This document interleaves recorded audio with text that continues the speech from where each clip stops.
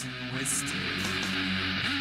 Yeah, sit down, buckle up. Cruising with Steve. Yeah, sit down, buckle up. Cruising with Steve.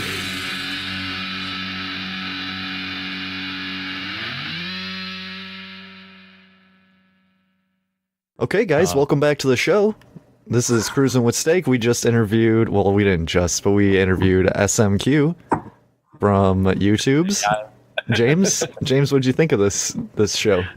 It was fun. I want to say, okay, I'm not gonna lie, man. Yeah, you and Jerry definitely. Because Jerry was with us too. You guys took this show over, and Pulitzer Prize winning. yeah. Episode. Oh yeah. It was Pulitzer Prize worthy. We're also here with Cliff Wall. He is a jingle writer for the show. He writes all of Felix's jingles, and Felix performs them. It's ghostwriting. It's ghostwriting. And we have Sean Shameless here. Oh boy, I just love this show so much. You cocksuckers, someday you're gonna take over the world. I could do a Kermit the Frog real quick. Okay, let's hear it. After all, it's only one more sleep till Christmas. There you go. Bingo, bango. A couple more sleeps until Did Christmas. I tell you why I left Minnie? She was fucking goofy. All right. they were using lighters with swastikas on them. But yeah, so yeah, we talked to SMQ for a while. He's a pretty cool dude. Yeah, probably, hoping to bring him into the inner circle, have him on more stuff with us, because James, you saying that he jived pretty good. Like 10 million plus views or something on the video or something. Well, on the particular video that he did, it was like his second video, and it was you can find him on YouTube. It's SMQ.AI. That's like his handle. But back then, he did a video. It was called it was called We All Died in 2012 or something. We all died in what if we all died in 2012? Is it claymation or live action? Oh, like No. Wallace and Gromit?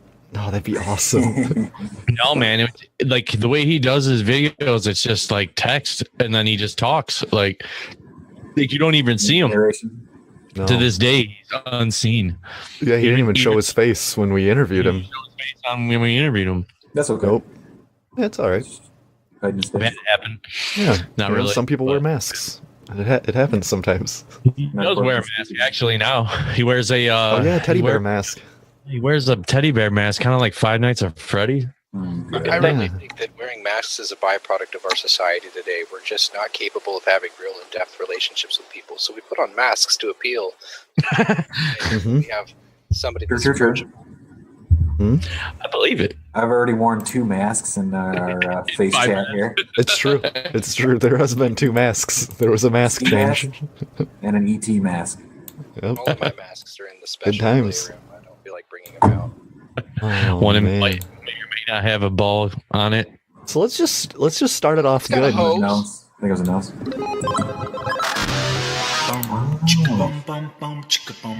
Oh, Jesus. Share a memory that's unique to you. A memory worth retelling. And don't be afraid of being judged. Cause cruising with steak is a designated safe space.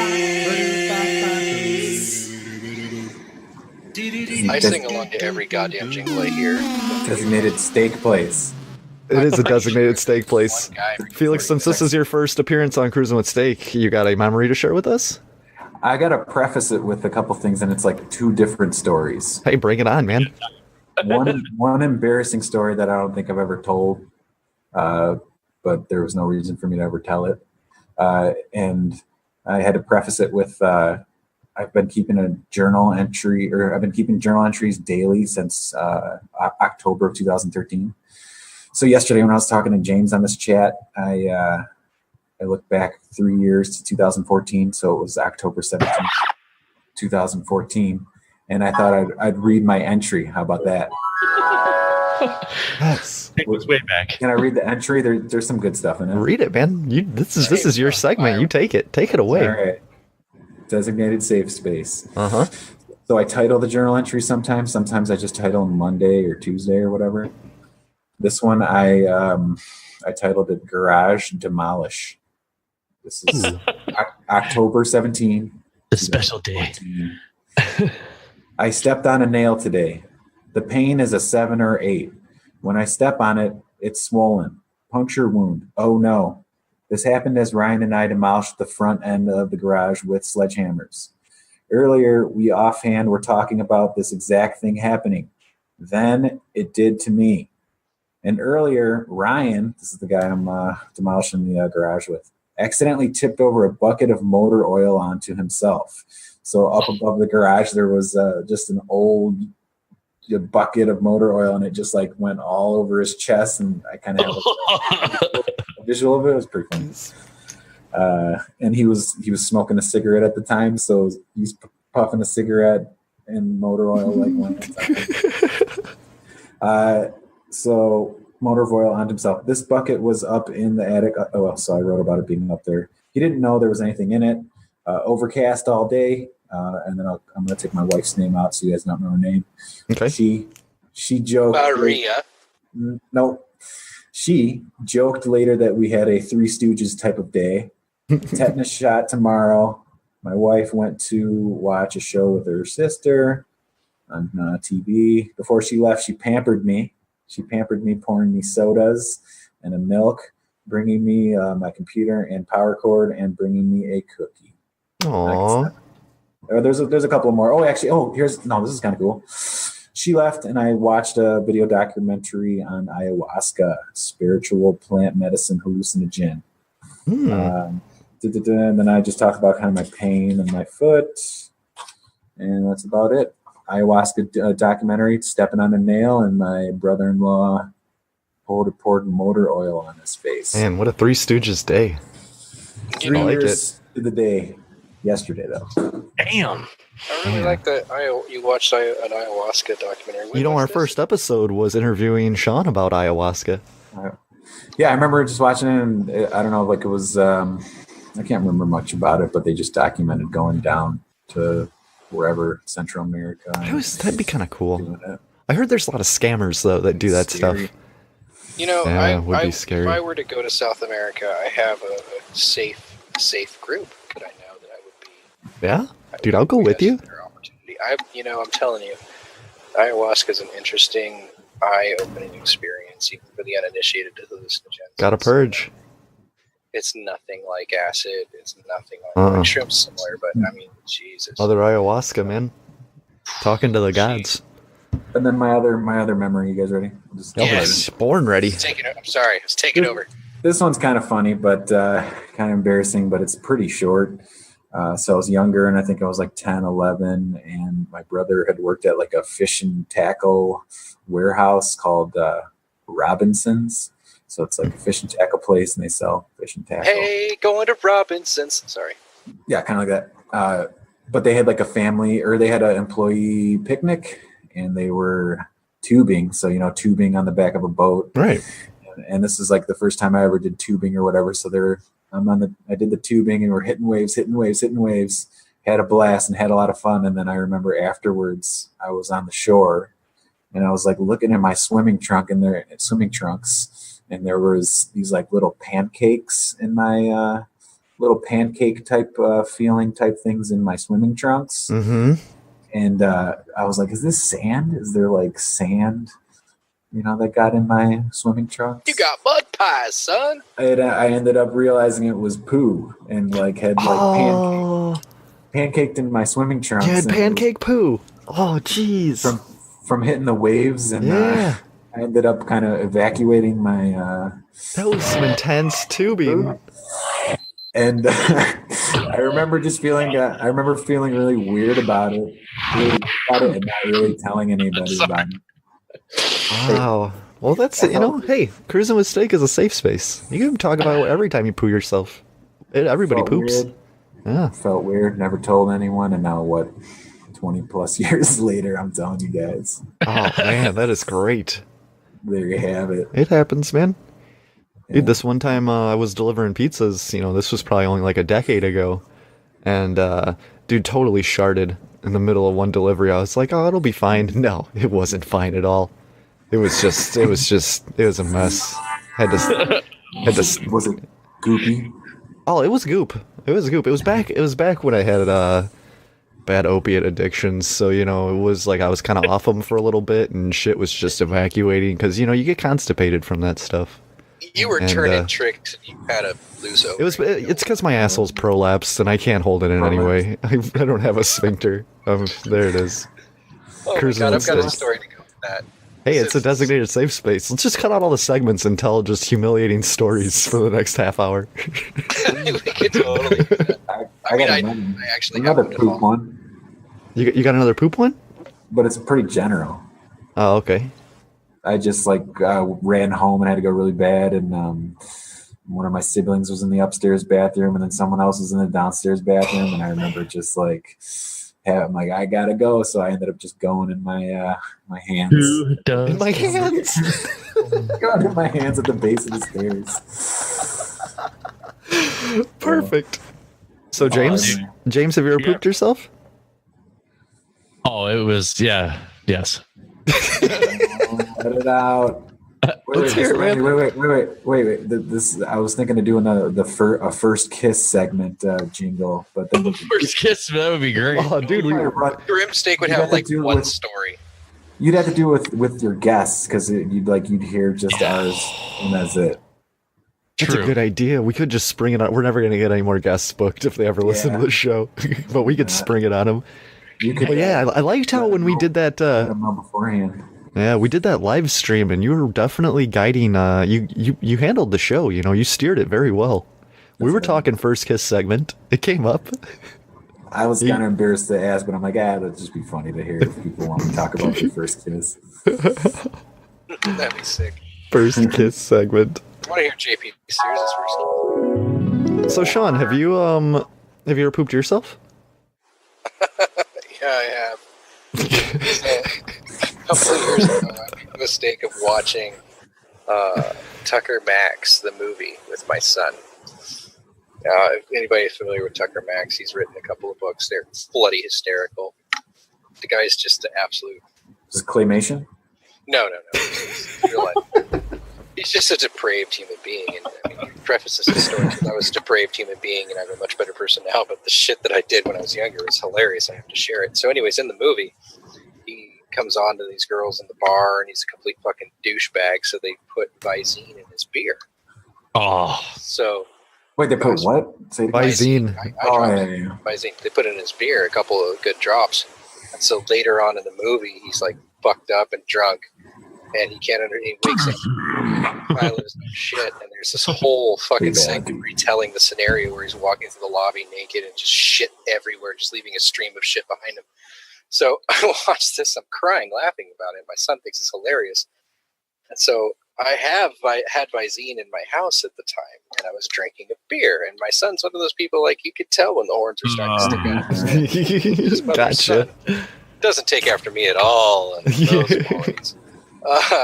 So I'm I look at him dead in the eye because I have to get up and go do something in the kitchen. I'm like, don't you even think it. Circle of trust your buddy. And I leave.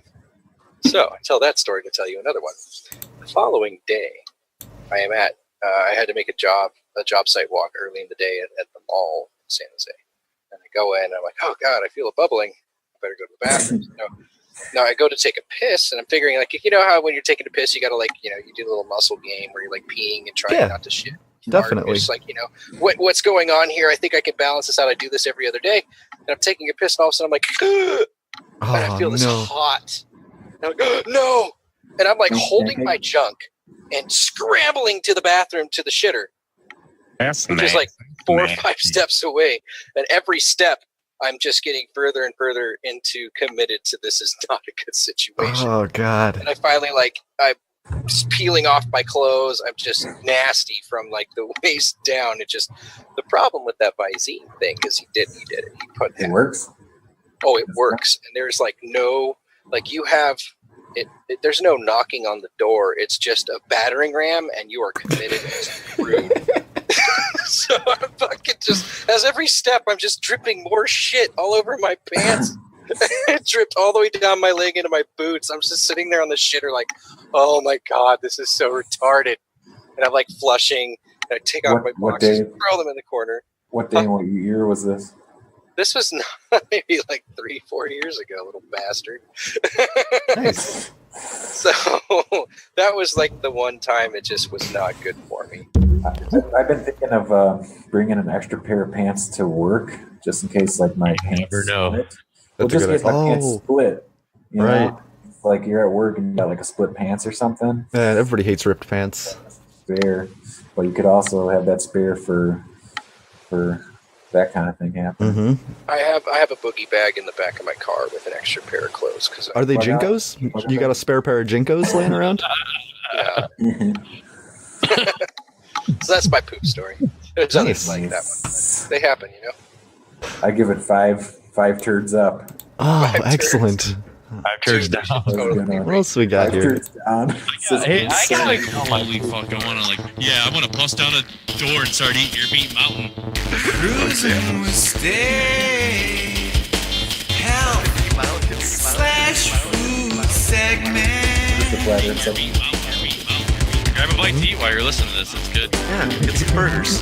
Maybe a nice spread. Yeah, that's Nice just, spread. This is my favorite Ribs. jingles. Ribs. Cruising with steak. Health slash food segment. The most health conscious podcast all along the platter. that's what The most health conscious podcast all along the platter.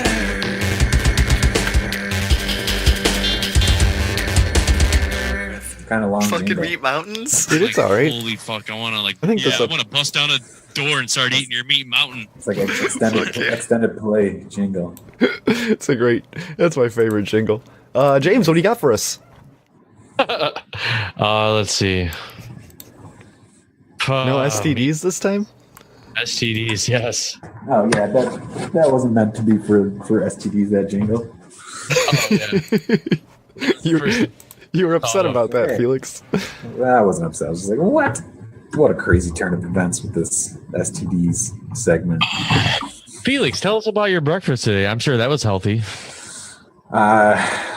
Generic egg McMuffin with 2 raisin bread pieces of toast with peanut butter, some blueberries, some coffee. Oh, I had 2 mishaps with the coffee maker where it overflowed twice over. Oh I man. had to clean the coffee maker and then make a 3rd round, and then 3rd time is the charm. Damn. Jeez. So, yeah. That's crazy. I don't eat breakfast. I love breakfast. Yeah, I don't eat breakfast either. I 8-hour do a lot of fast guy. fasting. Yeah, dude, I do a lot of unintentional fasting. Coffee's my breakfast. Coffee? You Yeah. do whole bean. You grind whole beans. I Yeah, used to- coffee is mine too. I've Hey, got- welcome to the intro, Suzanne. Hey, Suzanne. Thanks. Hi, everybody. Hi. Hey, how you doing?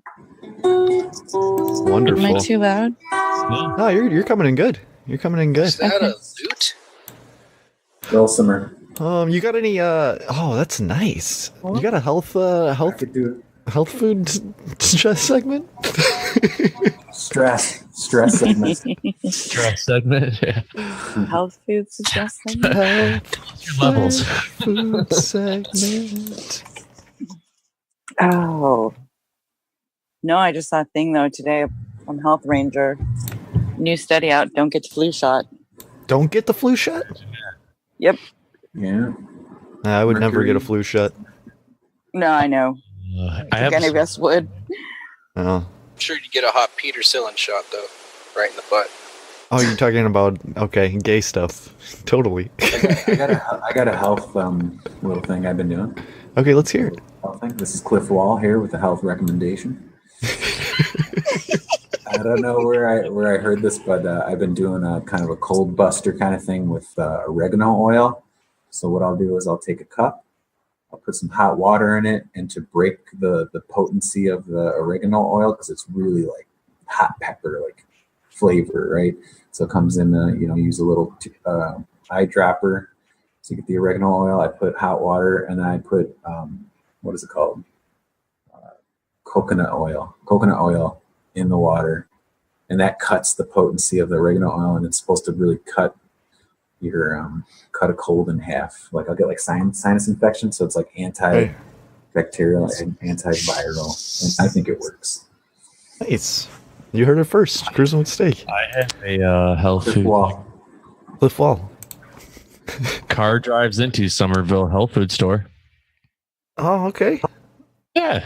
Was it intentional, or was it what was wrong with this guy? Was it intentional or was it nutritional? Storm Team 2 has hurricane tips to help you and your family prepare. James, what's going on? Tropical storm or hurricane strikes the low country. It won't let me. Medication is James, what's happening right now? medicine available I'm not to you, doing this. especially Dude, you're during total. your medicine 5 to 7. It's always ensure that you continue. Damn. All right, let me do an instantaneous technical difficulties jingle. Yes.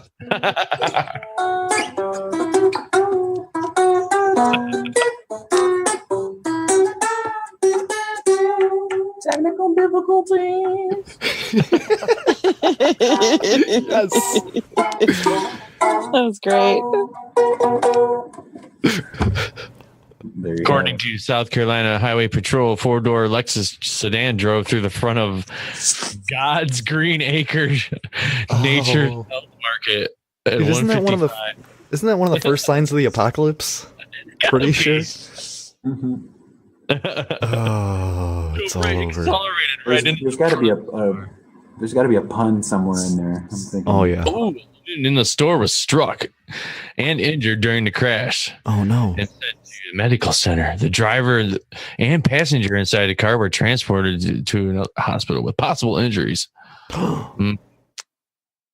No sign of any kind of impairment. No charges have been filed. Really? Just sober crashing, man. How old were they? How old was the driver? I know. Well, it's a sedan Lexus, so You can't judge the driver based on the car, James. That's not how this works. yeah. Man. Yeah, we'll say it is. Well, We I had, just wondered this if it one was that time- case. This one time when I was working at my previous job, we had an old man who was shopping in the store, and he left. And as he was leaving, he like put his car in reverse and kept driving and just like crashed through the break room while people were sitting in it. It's pretty crazy. Like he just kept going. He didn't want to stop. Dorchester County and Here we go. Technical difficulties.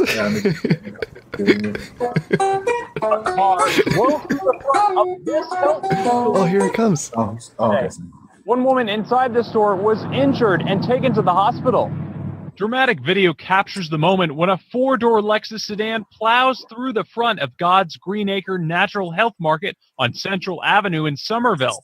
Dr. Jeff Cratchley works next door to the business and heard it all happen, then went over to help. We heard 3 different screeches happening. We thought that there was a car accident in front of the building. We ran out and actually saw the car go in the building, and she was trying to reverse. So we ran over there and got her to turn the engine off and try to get the people out. Jeff said the driver then stayed in the car and locked the doors.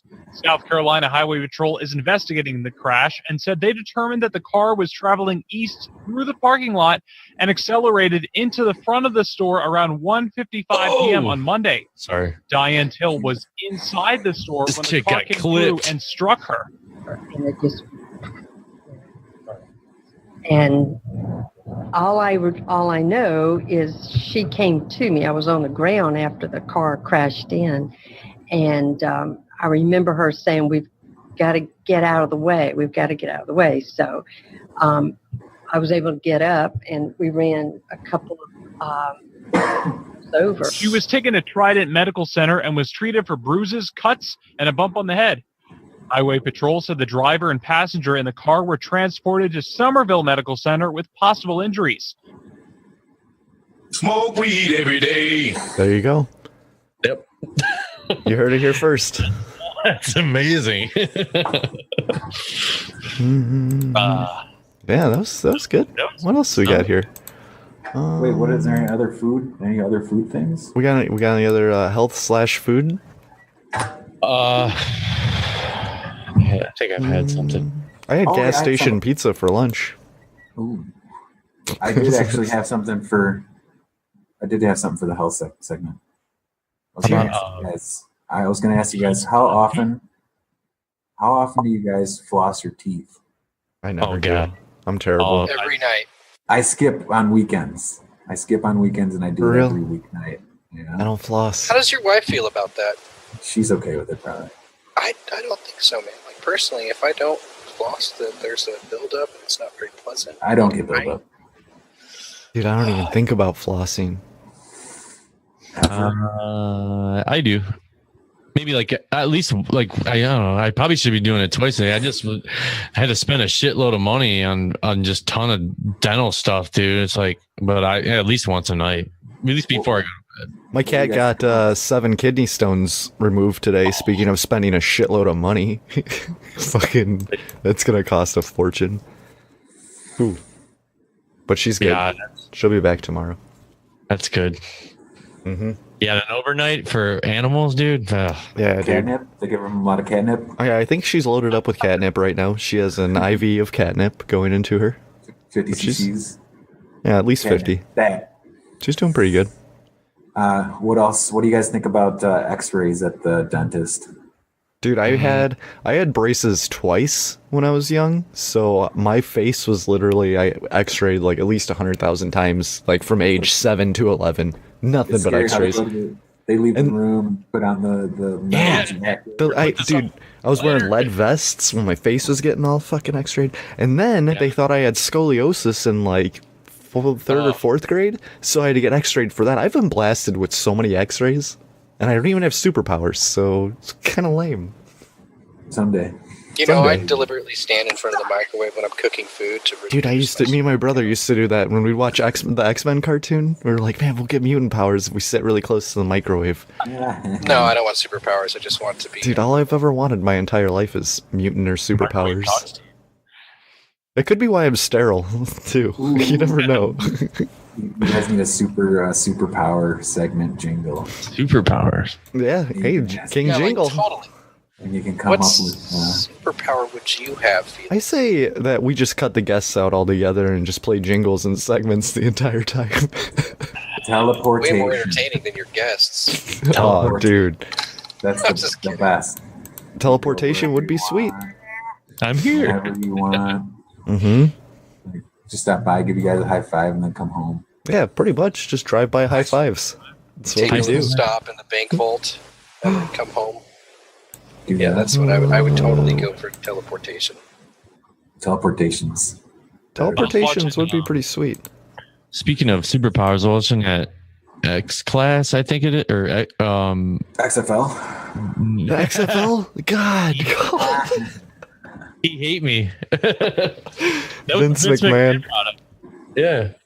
Man, dude, good stuff. Yeah, the players could all have their crazy ass names they wanted on the back of their jerseys. Dude, yeah, it was great. Yeah, they're saying the one running back, his name was He Hate Me. But anyway, I was just watching wrestling the other night. The Shield's back together, by the way, for all you wrestling fans. Where's Mike at? We're Jock Talk. You guys need to have a Jock Talk segment. Oh, Felix, they need to make a Jock Talk segment. I'm waiting on my logo. Yeah. Oh yeah, we're triggered into it. Oh yeah, that logo, James. What a scumbag! Carriage before the horse. I will get right on that. But Cruising with Stay. Technology segment. Teach me on a computer. Cruising with Stay. Technology segment. Maybe you can teach me how to use. Jerry's not here to do crypto news. You got some tech news? Sure. Teach me on a computer. After you're done, I got a tech tip. Teach me on a computer. Let's start it. I'll just play it low in the background. Tech tips. Tech news. I got a tech tip. You ready? Yeah, tech tip. What do you got? Quick one. This is a Cliff Wall certified tech tip for all you people out there that work with technology. Tech tip. Okay, so if you got a kind of a slower computer, there's something on PCs that you can use. It's you'll use like a flash drive, and you can make a flash drive like your memory or like RAM. Not rapid.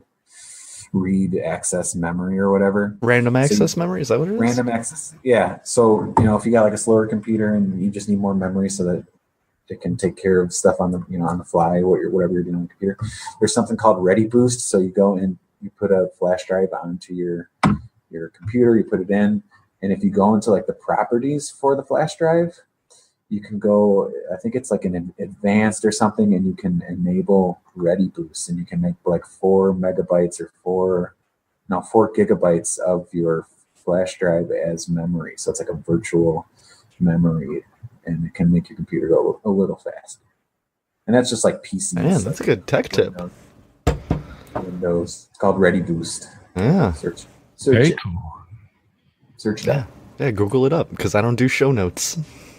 Ready Boost. Ready Boost. Ready boost. James, I know you got something in the chamber ready to load. Yeah, sure. I got one. Future city to be built in Canada by Alphabet Company. Future Canadian city. Yep. Yeah. Sidewalk Labs, owned by Google's parent company Alphabet, is to build a digital city in Toronto.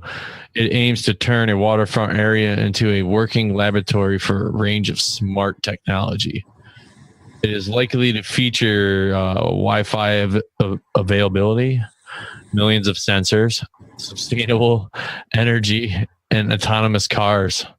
Technology companies are taunting their hardware and software to cities as urban planners tackle issues such as to figure out like congestion, pollution, and overcrowding. Private company partnerships such as the one in Toronto here could bring benefits, but the city needs to be sure about what they are getting out of the deal. Of course, right? Very cool. Yeah. Oh man, that last THC episode. Did you guys listen to that one? 5G. Oh fuck. Yeah, dude, that one was crazy. Fucking nightmare. Oh my god. That's scary. Ugh. I think RBE stands for death. I have Bluetooth headphones, and I can seriously feel when they're on, and so I make sure to use them like sparingly. Like I only use them when I don't want to have like a cord, because I really can feel something in my head when I use them. I like that the whole how like studies are made to ensure that they're a hazard. So what they say, lead has like 10,000 of studies, and the RFRB studies are like 22,000 like studies. So I would assume they're dangerous as fuck. Yeah. And then that's some crazy shit. It's messing with the natural bio electric chemistry, or your chi, you want to call it that. Jeez. Yeah, man. It's double-edged sword, all the technology, basically. It really is. That that whole what is that, like that push for grounded electric or whatever like that, whatever that is, kind of like anti-wireless. The anti-wireless. I did like the one theory that, or not the theory, but the idea of just talking about like back when they were rolling out power companies and power supply and how to get it to customers, and like, let's build this one plant and have all this infrastructure shit, poles, wire, going to every house. Why not build a unit that could just be on somebody's house? But I think they saw the writing on the wall there. Free energy. The sunk, or you ever hear the sunk cost fallacy? No. Like Sean Shameless, sunk cost fallacy. Sean Shameless. It's sunk cost fallacy is basically when you put so much time and effort into something. You could be 10 years into a project, and you put so much of your effort into it that you don't want to quit it. You don't want to call it quits and do something new because you put so much time and effort into something. So it's called the sunk cost fallacy. So you stick with it because you're like, hey, I have 10 years of working on this, so it's like we've had this infrastructure for however long. It's like, maybe it's not related, but there's some relationship there, and I can speak to that because it's something that's on my mind a lot in regards to medical science, in regards to technology advancement, development, in regards to socially imposed structures. And I think that concept is really a cancer to progress in technology or in medical science, or just in development alone. I mean, every day I'm investing large amounts of my time and resources and energy into a path, a direction, generating a solution for a client, or investigating what they have on site and trying to derive some value out of it, even though it might be the end of its life or just not capable of keeping up with technology today. And I really pride myself in knowing that I don't try and derive value or profit out of something I've invested a lot in that's just not going to work. I will happily scratch a project that I've spent 3 days on and just ground zero and build back up from there, because that concept is really poison to what we should be doing with more important things like medical science. Like, you get all these guys that are investing themselves in an idea into a scientific study, vaccinations, for example, and they get all this money backing them, and you have to get results on that money. But it takes away from actually getting results. You start generating results. It's like torture is not a good way of getting somebody to actually admit to something or to derive intelligence from someone, because after a while, as you're torturing someone, they just start believing the narrative that you're trying to extrapolate from them and generating that narrative so that they stop being tortured. I think it's a similar concept. That's all I got. That's my soapbox on it. I got another tech thing. Yeah. Bitcoin's up to $5,600. Whoa. Yeah. That's great. Wow. So you're talking about the city in Toronto or whatever, doing like big data and sensors and this and that. I think I probably, it was probably like a TED talk or whatever, but they have like sensors in toilets where they can diagnose. They can diagnose like cancer in your poo. Like if you keep pooing in the toilet every day, they can kind of see. They can see the patterns of like the stuff that's in your poo or whatever, and over time they can diagnose cancer happening like 10 years down the line just because they can see the patterns from big. Lay off the cheese, fat ass. That's crazy. I don't think I want a smart toilet reading my poo. Toilet. Yes, I don't want that. Grim steak, smart toilet. No, can't do that. Smart toilet, steak. No, we can't smart toilet steak. Toilet? No, that's crazy.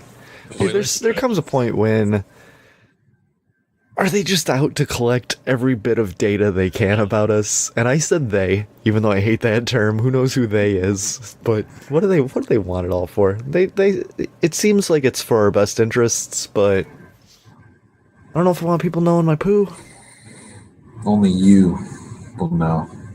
Yeah, maybe. I want to know what my health is like as much as I want to go to the fucking doctor and find out, to be honest with you. That's exactly it. Exactly. I have this convoluted idea Oops. That medical diagnosis sometimes, I'm going to say this. This is very bullshit. 100% bullshit. I will preface it that way. But there are some things that I feel if I go to a doctor and have it diagnosed, it becomes real. Mm-hmm. And then it becomes legitimate. Yeah, because once your mind is made up, your intentions and your thoughts can manifest things like that, like crazy. Definitely. And I will follow this up with some dark humor. Wait, like skin tags? Exactly, like skin tags. I'm thinking says, the follow-up, the dark follow-up to this says every man that has HIV that doesn't get diagnosed for it. If I just think it away, it doesn't really happen. So there's that. I did that with my syphilis. I did that with my fucking... I wish I could do it with my smallpox, but that's just genetic. No. You're cursed. But legitimately, though, like, there are times where I'm like, oh, God, I think I'm going to get sick with a insert.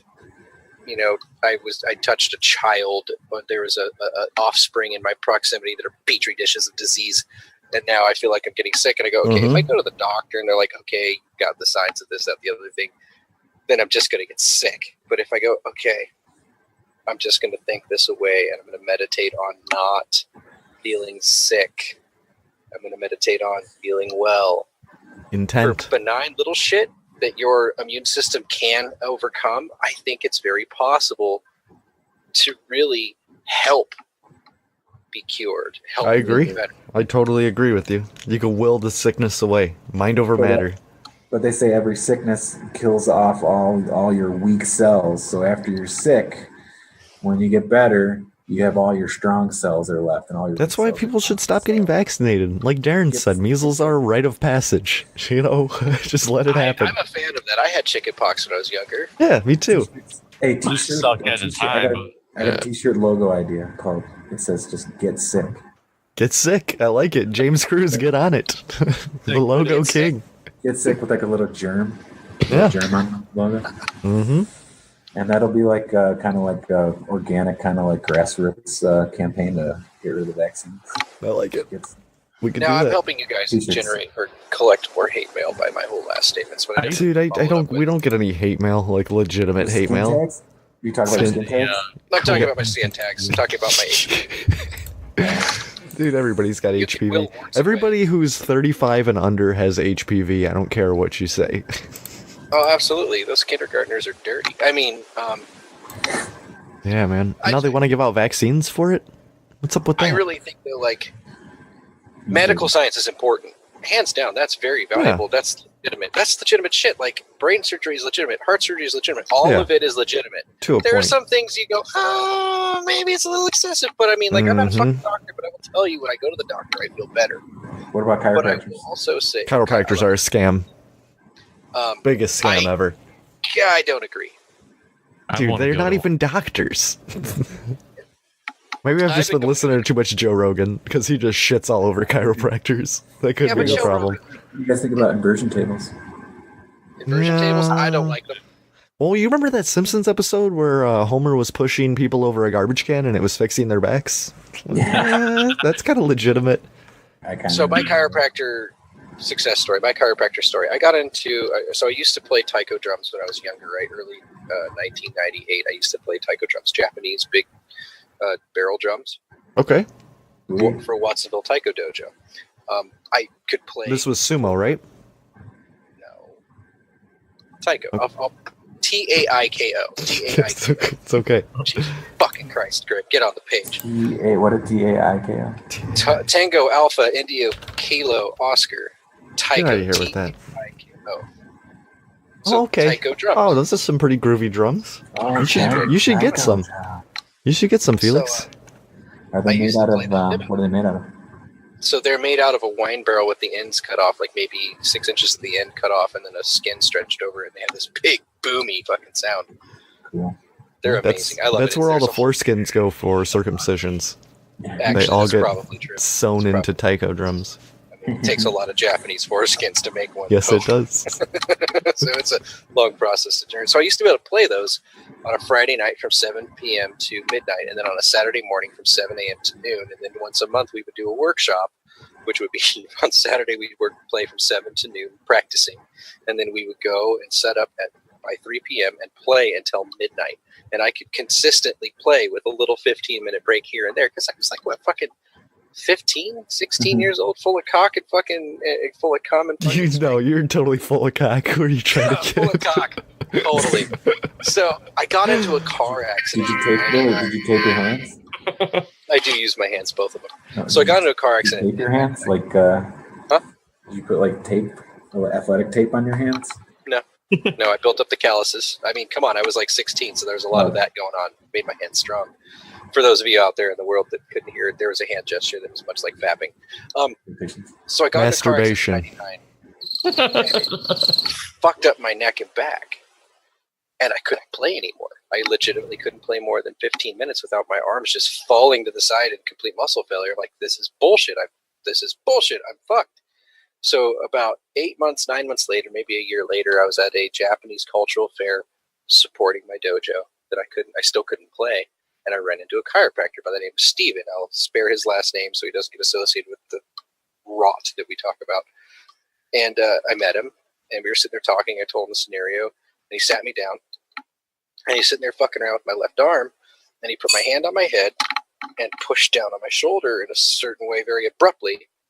And he set my collarbone back in place. It had been subluxated for over a year.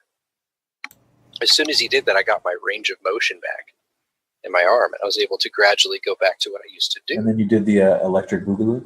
The electric boogaloo, absolutely. I did it all across the stage. So the point here is that chiropractors might upsell their effectiveness, but straight direct testimony from me, not all chiropractors are snake oil. This guy worked for the 49ers as their physical therapist. He did a great job with them, and he did his own practice. And over the years, I've gone to him when I'm like, there are certain points in time where I just can't keep my hands over my head for very long because I just lose strength, and I'll go get an adjustment. Follow the steps to recovery, which is like a day of just, sitting on your ass properly with full good alignment so all of the joints and ligaments go back to being the normal size rather than stretched out of whack. And I feel great. How soon could you do electric boogaloo? At that moment, it was within 10 minutes because I just felt like a new person. But then my shoulder popped out again, and you had to put it back. That's their snake oil salesman. It's just a constant. You got to keep coming back and getting fixed. Macarena? How soon could you do the Macarena? I've never liked the Macarena. But are you serious? What about the electric slide? No. Whip and nay all the way. Did you just do the stanky leg? The stanky leg. So check it out. All of your bones are held together by ligaments. Now, when your joints are kind of out of whack, or there's an injury or pain or some kind of aggravation, your body torques down on those joints to stop it from moving because it's causing an irritation. When you get an adjustment from a chiropractor, it's putting your bones back in place.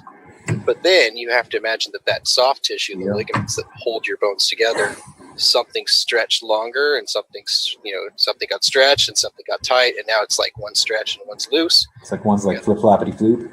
It's all flip-floppity floop, pretty much. So you got to give it time to kind of go back to gain its elasticity back to where it's supposed to be. Bingo, bango. And it's a long process. But yeah, no, I'm all for chiropractors. I just, I think the right chiropractors. There's one chiropractor I went to in Los Gatos. Funny, fucking weirdest thing. He went in and he's a craniologist. So instead of adjusting my shoulder and my back, a little drop table and a pop, a little rub, and you're good, go on your way. He had his hands up in my mouth, and he's pushing up points in the roof of my mouth and drop tabling my head in different ways. And he says he's adjusting my skull. Okay, a little weird.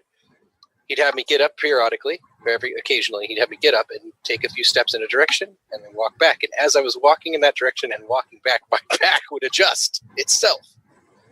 So the theory here is that your muscles, all of your ligaments and muscles, are a complex structure of tension. Oh, yeah. The top of the pyramid is your skull, where all of those ligaments attach and affix.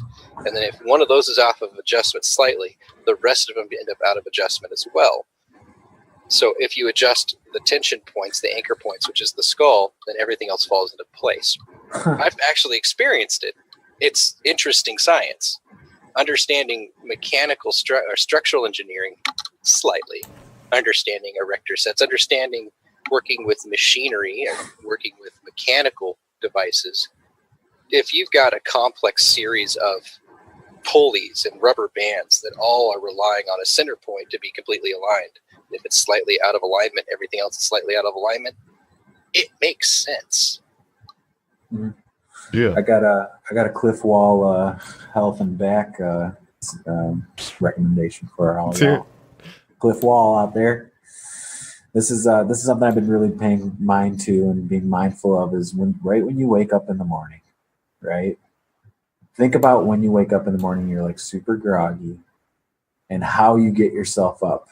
A lot of the times people will just spring up and they'll just swing their back up with no like support by their arms, right? So I've been making a note of waking up and kicking my legs over the side of my bed, kicking my legs over first, and then I'll put my arms down and push my back up. Because makes sense. The first time that I was ever kind of thought about it, and someone told me about it, I'm not going to take credit for it. Someone told me about it. I like woke up and the next day and I just noticed that all I did was just like use my whole entire back to lift myself up rather than like pushing myself up. So that's like the Cliff Wall and back.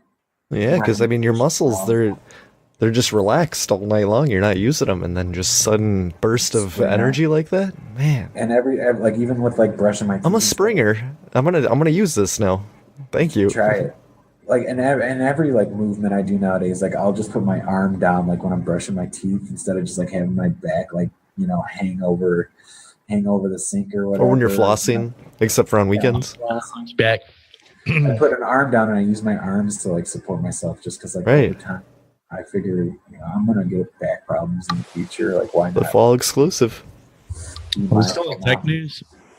We're still on tech news. Dude, I forgot what segment we're on. No, I had one thing. Okay, let me say one thing. This one goes out to James especially. So I've been working with kids. All right, I work with kids, and the kids today. There's a group of kids that were singing a song, and they were singing "It's a small world after all." It's a small. But they replaced the word small with electric. So they were singing, "It's an electric world after all." And I had to do a double take, and I go, "What did you do? Are you saying it's an electric world after all?" And I thought James Cruz. Yeah, they were all watching a bunch of Walt Thornhill documentaries, some Thunderbolts. It was pretty. Which is kind of a weird segue. Almost synchro-like to what I was just going to talk about. Gravitational waves. Gravitational waves just showed us something even cooler than black holes. Macarenas. We're talking about the ninth planet? For the first time. Yeah, first time ever humans have observed light and gravitational waves from the same event, a neutron star collision 130 million light years away. Hashtag fake news. Yeah. Warning from the LIGO observatory. Of roughly 70 observations from every continent on the Earth, including Antarctica. Managed to tune in to watch this merger. Suzanne unmuted. She's gonna say something about this shit. I can see it. Thousands of scientists are now making breakthroughs. Thousands. Yes. Cliff Wall. Thanks, Felix. Now I got Cliff Wall in my head. Susan, Cliff Wall. Brought to you by Cliff Susan, Wall. can you remember his name? Why does everybody keep calling me Susan? Susan. It's a trigger word. Susan. And Sue. Who was it on Oh my Hive? God. I think it was. It was Rufus Aaron. Cat. Yeah, Rufus Cat on Hive called you Susan like 5 times, and you're like, it's Suzanne. I know. I was like, it's Suzanne, but he didn't hear me. Or Suze. Susie, Mom. You know, whatever. Oh, Susie Q, baby. There you go. I love you. You can call me that. I was just watching Thunderbolts. Yeah. With Walt Thornhill. That's where I got the Cliff Wall and the Walt Thornhill. Nice. Okay. So Synchro. Wall says it. It's an electric field after. No, this is bullshit on they haven't seen gravitational waves. Yeah. That's what I thought. I thought that was all fake news too. Totally called bullshit. Yep. I like Hermes telescope better, the gamma ray bursts. Yeah, like they're Well, didn't he tell us neutron stars were not real? Or what was he saying about neutron stars? something like I gotta that. go back and listen. He poo-pooed all of it though, which I really He did. respected him for that. I do too. Me too. Yep. So yeah. I just saw that like 2 days ago. Jerry. Just teach me how to flat Earth, Jerry. Suzanne, did you hear what I said about the kids were singing? Yes, I was dying. I was laughing. Felix is feeding their heads with useful information. Dude, you have to. No, I was thinking, man, they must have some smart teachers. Where do they go to school? Not in America. Nope. Somewhere. Middle. In the middle. Nope. In the Middle Earth. Anywhere USA. University. ROCK in the USA. James Cruz and Grimsteak. James Cruz and Grimsteak. Hey man, woo. GRIMSTAKN. Gmail, woo. James Cruz and Grimsteak. Hey man, woo. If I could do that jingle again, it was really tough to spell out Grimsteak. It sounds like it's GRIMSTAKE. But no, you handled it professionally and wonderfully. I had to say it really fast. I don't celebrate the what you took inspiration from. So we only got one hate mail this week because I'm not gonna read all of Jerry's sock account emails with him not here to enjoy it. So we got one hate mail, like a real one. This is from Ryne.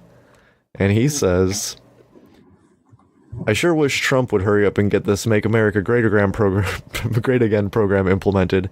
Maybe then the DACA Act will finally get repealed and James Diego Cruz will get deported back to Mexico. Thank you, Ryan. Fucking love that guy. James Diego Cruz. Ryne Sigurdson? I'm pretty sure that's how you pronounce his last name. He's a great man. Diego Cruz? Wow. James Diego Cruz. James is Mexican. Is that a Dora the Explorer reference? Oh, Diego. Yeah, it is. It is. All right, I got a question. For everybody here. And I'll Let's throw hear it it. out there. I'll start with Cliff. Who's What that? is your least favorite conspiracy theory? Favorite. Oh, you got to come back to me on that. I got to think about that. Fair. James, same question. When the government came up with the word conspiracy theory. Dude, they just weaponized it. Yeah. Did you just phone that shit in? Did you call on the lifeline on that That one? was from the JFK assassination. They needed a way to discredit people from the common narrative. Fair. Dude, I'm gonna have to go with Sandy Hook. Like, Sandy Hook, your least favorite Sandy Hook? yeah, because I mean, I don't know, man. There's a lot of shit about it, but I just don't like talking about kids getting killed, even if they didn't die or whatever happened. Like, it just, that one kind of, I don't know. Favorite on what, like, criteria?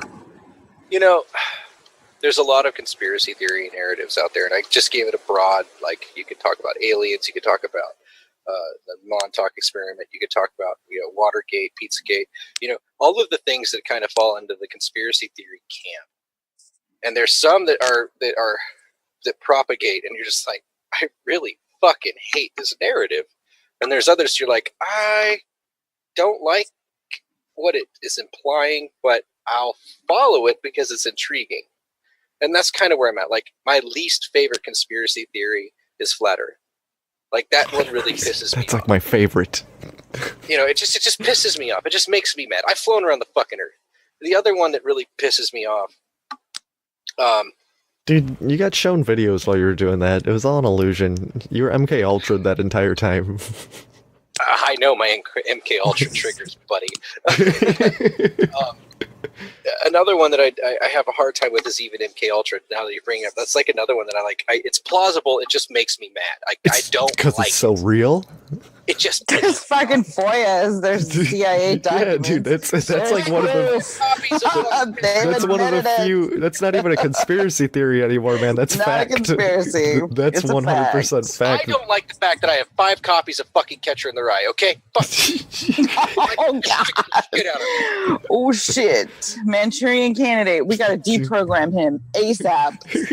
I'll tell you something. This reminds me of something.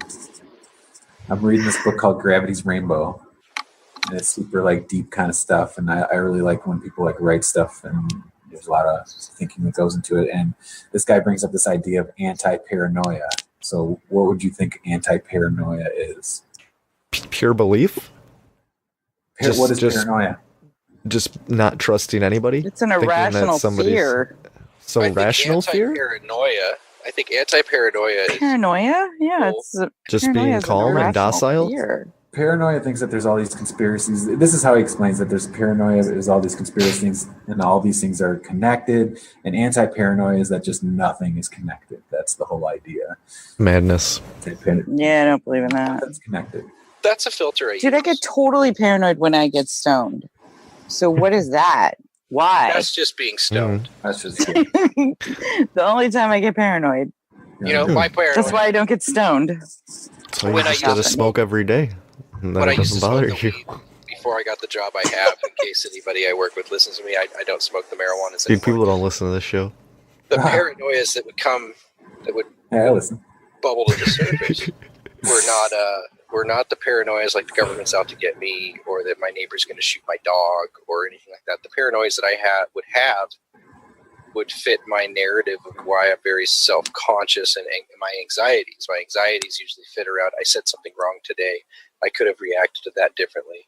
I really made an ass of myself there. You know, it's a really self-deprecating tapes that I play that fuel me to improve in my communications with people, but also drag me down because I realize that I'm just a dick.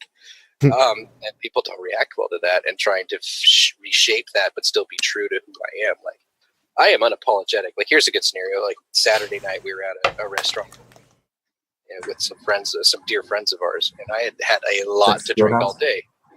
No. Deer friends? Flights. Did they have antlers? Were they does? Deer friends? Dear friends, dear friends of endearment, friends of endearment. Something you may never experience in your life, but it's okay. Never. I still love you. And I had a lot to drink. And What restaurant? Sorry, I got to know what. I have to know what restaurant it is. The restaurant's called Flights. It's in Campbell, California. Okay, they got all kinds of like crazy stuff on the walls. So they have a lot of shit on the walls, like stupid stuff on the walls. Actually, no, they have a lot of alcohol, and their whole gimmick is that you order. Dude, it's alcohol. You order like scotch, you order whiskey, and they give you 3 of it. A flight. If you order food, they give you a flight. So it's 3 different flavors of it, small helpings, right? So it's like, it's a cool gimmick, overpriced stuff. Like, I wasn't impressed. Sounds very hipster. It's very fucking hipster. Campbell is totally hipster. How many mustaches were around you? There were an excessive amount of mustaches. I can only did imagine. my wife Could've and I been the both enjoyed CIA. was Styled that ones. the waitresses were called flight attendants, and they wore the skin tight fitting dresses of flight How much flair did they have to wear? They have to wear a lot of no flair.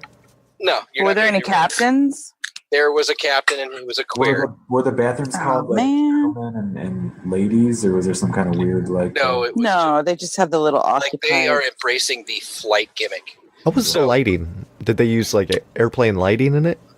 No, I sat outside, but they used. I wonder if they had the masks How about that come this? down. Google, bitch. Moving on. We're just giving Why would, you shit. why would we Sean. Google it when we have all the information right here, firsthand? Give us like a Exactly 1 minute and 45 seconds, you cocks. How many smells? What does it smell like? We're deprogramming you, Sean. Sensory No, breakdown. you're triggering the shit out of me. That's how we deprogram. What, you're afraid of bats? Here, embrace the Batman. Fuck you, Bruce. Sorry, Sean. I loved the picture that you put up. I thought it looked like a nice place. So, Flights, anyways, their gimmick is much like Bubba Gump's. You have a little fucking tchotchke they put on the table. If it's red, the server's supposed to pay attention. If it's red, they stop and engage you. If it's green, they just pass you by. You know, I don't want to fucking talk to you. Well, I turned it over to red. server, just pass. Wait. Do they have a special drink called the jet fuel? I think you should yelp. They really should. Why aren't you writing their menus, Felix? But I like this theory. I like this thing where they have red for stop and green go. Right? Yeah, like mine would red. constantly be on red. And these motherfuckers kept passing by us, and I'm like, "You sons of bitches! I want more stuff to drink." Right? And I'm like, I'm counting servers. Like I'm really I really love everybody in the world. They weren't your server though. And I expect no, it doesn't fucking matter. Oh, it doesn't matter? Yeah, if it's red, somebody stops. Wow. Sir, I'm on my way. Or, dude, shit's supposed to happen. I just feel like it should be a seamless. Well, like on an airplane, if you hit the button for a flight attendant, I mean, they're there.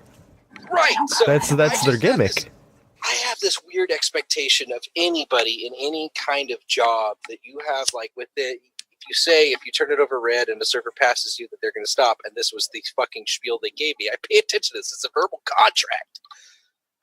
Sean, we went to that same school. Okay, nobody stopped. So finally, we're waving. Hey, cocksucker, come over here. Hey, you guy. Guy finally shows up. Hey, everybody. Da da da da. Would you like anything else? Would you like the check? We're like, we'd like another order of X. And I said, and he's like, can I clear these plates? I said, clear these plates. And like I ecstasy? picked up the tchotchke that had fucking X stuff. So I picked up the thing that you're supposed to turn over one way or the other, and fucking, if somebody stops magically to fucking come talk to you, which didn't fucking work. I threw it on the table again, and take this piece of shit away because it doesn't work. Did he apologize and take it away, or did we got free champagne out of my outburst? Did they uncork it at the table, or did you have to uncork it yourself, or did they bring flights of champagne? And I made the statement as he was walking away loud enough for him to hear, circling to call back to fucking the Yelp episode of South Park. I'm like, by the way, you all ordered dinner. Enjoy your boogers and cum. I'm not eating boogers and cum. Boogers and cum. Sean, you did this before dinner? No, we had dinner. We were waiting for dessert, and I don't eat dessert. It's not my thing. So I'm like, I was going to say that was kind of risky. Boogers and cum are coming your way because I'm so pissed off. Because you just pissed off the servers. I did. And it was comical but direct. It's like, this thing's fucking defective. Like, I had it out for 10 minutes. You fuckers didn't stop by. I never short anybody on their tip, by the way. I don't either, but I will literally yell across the restaurant. All right, we got a Yelper. Give it that special attention. You got it. Yes. So you're one of Yelper's special blessed. You demand a restaurant's very best. Well, they're gonna treat you special. I'm telling you, chum. Now get yourself ready for some boogers and cum. Boogers and cum. That's called a Yelper special. Boogers and cum. Say, what's that on your pretzel? Your online critiques are real useful to some. Now have a good time eating boogers and cum. Fuck, man. Someone. Okay, that's enough of that. And my buddy Ed, love bless his heart, he's a big fan of one, me being an asshole, and two, South Park. So as soon as I did that whole fucking thing, my wife was completely mortified. She's just like, I can't believe you. Like, all the girls at the table were just like, and it's like, yeah, show up, motherfucker. Boogers and cum. I would have been in that camp. Oh God. Oh man. I would have been yelling with you. But, huh? I said I probably would have been yelling with you. I can't stand that. I respect these things. You're in food service. I don't care how you got there, where you're going. That's not a good place to be, and you survive off of a tip. So I'm not going to short you on tips. You're an absolute fuck. I'm going to give you a good tip because, Jesus Christ, I understand. That sucks. Like, America sucks today, and unless you got your fucking head out of your ass early on and found a fucking career path, you're fucked. So I get it. And I respect that. Enjoy life. Carpe fucking diem. But then I just have these weird things. Like, I know it's a busy night, and you told me this gimmick is going to work, and it didn't work. You didn't. Fuck you. Felix, you have something to say? Exactly. I have a couple of my friends make fun of me for this, but I always just kind of bring it up as a joke. I have an idea for a restaurant. and the restaurant's called Space Taco. Space Taco. Space Taco. What do you think about that? Oh, James, what do you think about man. that? Space Taco? Yeah. That's good. Dude, I'd eat there. I'd eat there. I'd eat there every day. There'd be a lot of just like planets on the wall. Can I order a moon pie? Space Taco. Sure. Oh my god, it's failed! Failed is here? No way. Failed. Failed is here? Failed, welcome to the intro. We've already wrapped this up anyway. Oh, Cliff Wall went dark. Look at that. Cliff Wall went dark. I'm hiding my face from failed. Oh, Man. why? Oh, I got a was big on review. camera. That's Oh yeah, we got a let's pimp a little bit of shit before we shut this down and just bullshit. We got a donation from Anonymous. He wanted to remain anonymous, or she, possibly. That's how anonymous. But they actually sent a real like postcard with a money order in it, and it's just insanely appreciated. Off the hook. Wow, that's very nice. awesome. This is very nice. I'm actually gonna read this note in here. Dear Grimsteak, what you are doing is making this world a better place to live in. Please do not forget this. Thank you, Anonymous. Dude, we're doing the Lord's work here. Wow. That was me. That was just very, very nice. You know who you So are. nice. Thank you for that. Much appreciated. So, Can you still hear me? James, you got some stuff. Oh, we can still hear you. You got an ET mask and all. Failed left. What the hell? I don't know what he's probably moving to the PC. Yeah. James, you got things to pimp before we get out of here? Anybody else want to pimp anything? I will pimp our show. Go to grimsteak.com. There, you can donate us money. It'll be sweet. It'd be pretty sweet. You'll get a shout out and permanent credits for our 100 or so listeners that we have. Yeah. And then tell your friends about the show. Send us hate mail. We need longer hate mail segments. Yeah. That and thanks to SMQ coming on the show. You can find him at SMQ.AI on YouTube. He does videos all the time, and it's really cool now. He dresses up, makes pretty cool production videos. He's a cool wears dude. a freaking mask. He's pretty cool dude. We'll have him on again, man. And I just want to apologize to him for like hijacking the interview. I had all these notes. And Dude, you over prepared, James. That's what happened, man. That's all that happened, and I apologize to him for that. And I want to have him come back on, and we'll have more fun with him for sure. Can I do my thing? You do your thing, man. Cliff Wall. Leave it up to you, Cliff Wall. All right, so this is Cliff Wall, aka Felix. I do some jingles for the show, and I have all my music on sirfelix.bandcamp.com. That's Sir Felix as in SirFelix.bandcamp. So that's where you can find my music. And then within the next year or so, I'll have a new set of songs, like 14 plus. And me and James the other day were talking about what my album cover is going to be, but that's a secret. The secret. Woo! Secret album Nice. cover. And it's going to be sweet. It's going to be The sweet. only reason I joined Bandcamp was to listen to your music. Oh, I know. man. I love your music. Thank you. Speaking of music, we're gonna have a pre-show or after hours listening of my old band when we get done with this. Okay. Yeah, like right after this. In fact, I want to interview Felix, aka Cliff Wall, about where he got his ideas for one specific song that I'm really, really loving. What song is that? Oh gosh, it's, Put her on the spot. I know, and I was trying to think of it. It's the one. It's that one that goes. Oh my god, no! It's like Felix singing songs. Oh, you were wearing. I don't.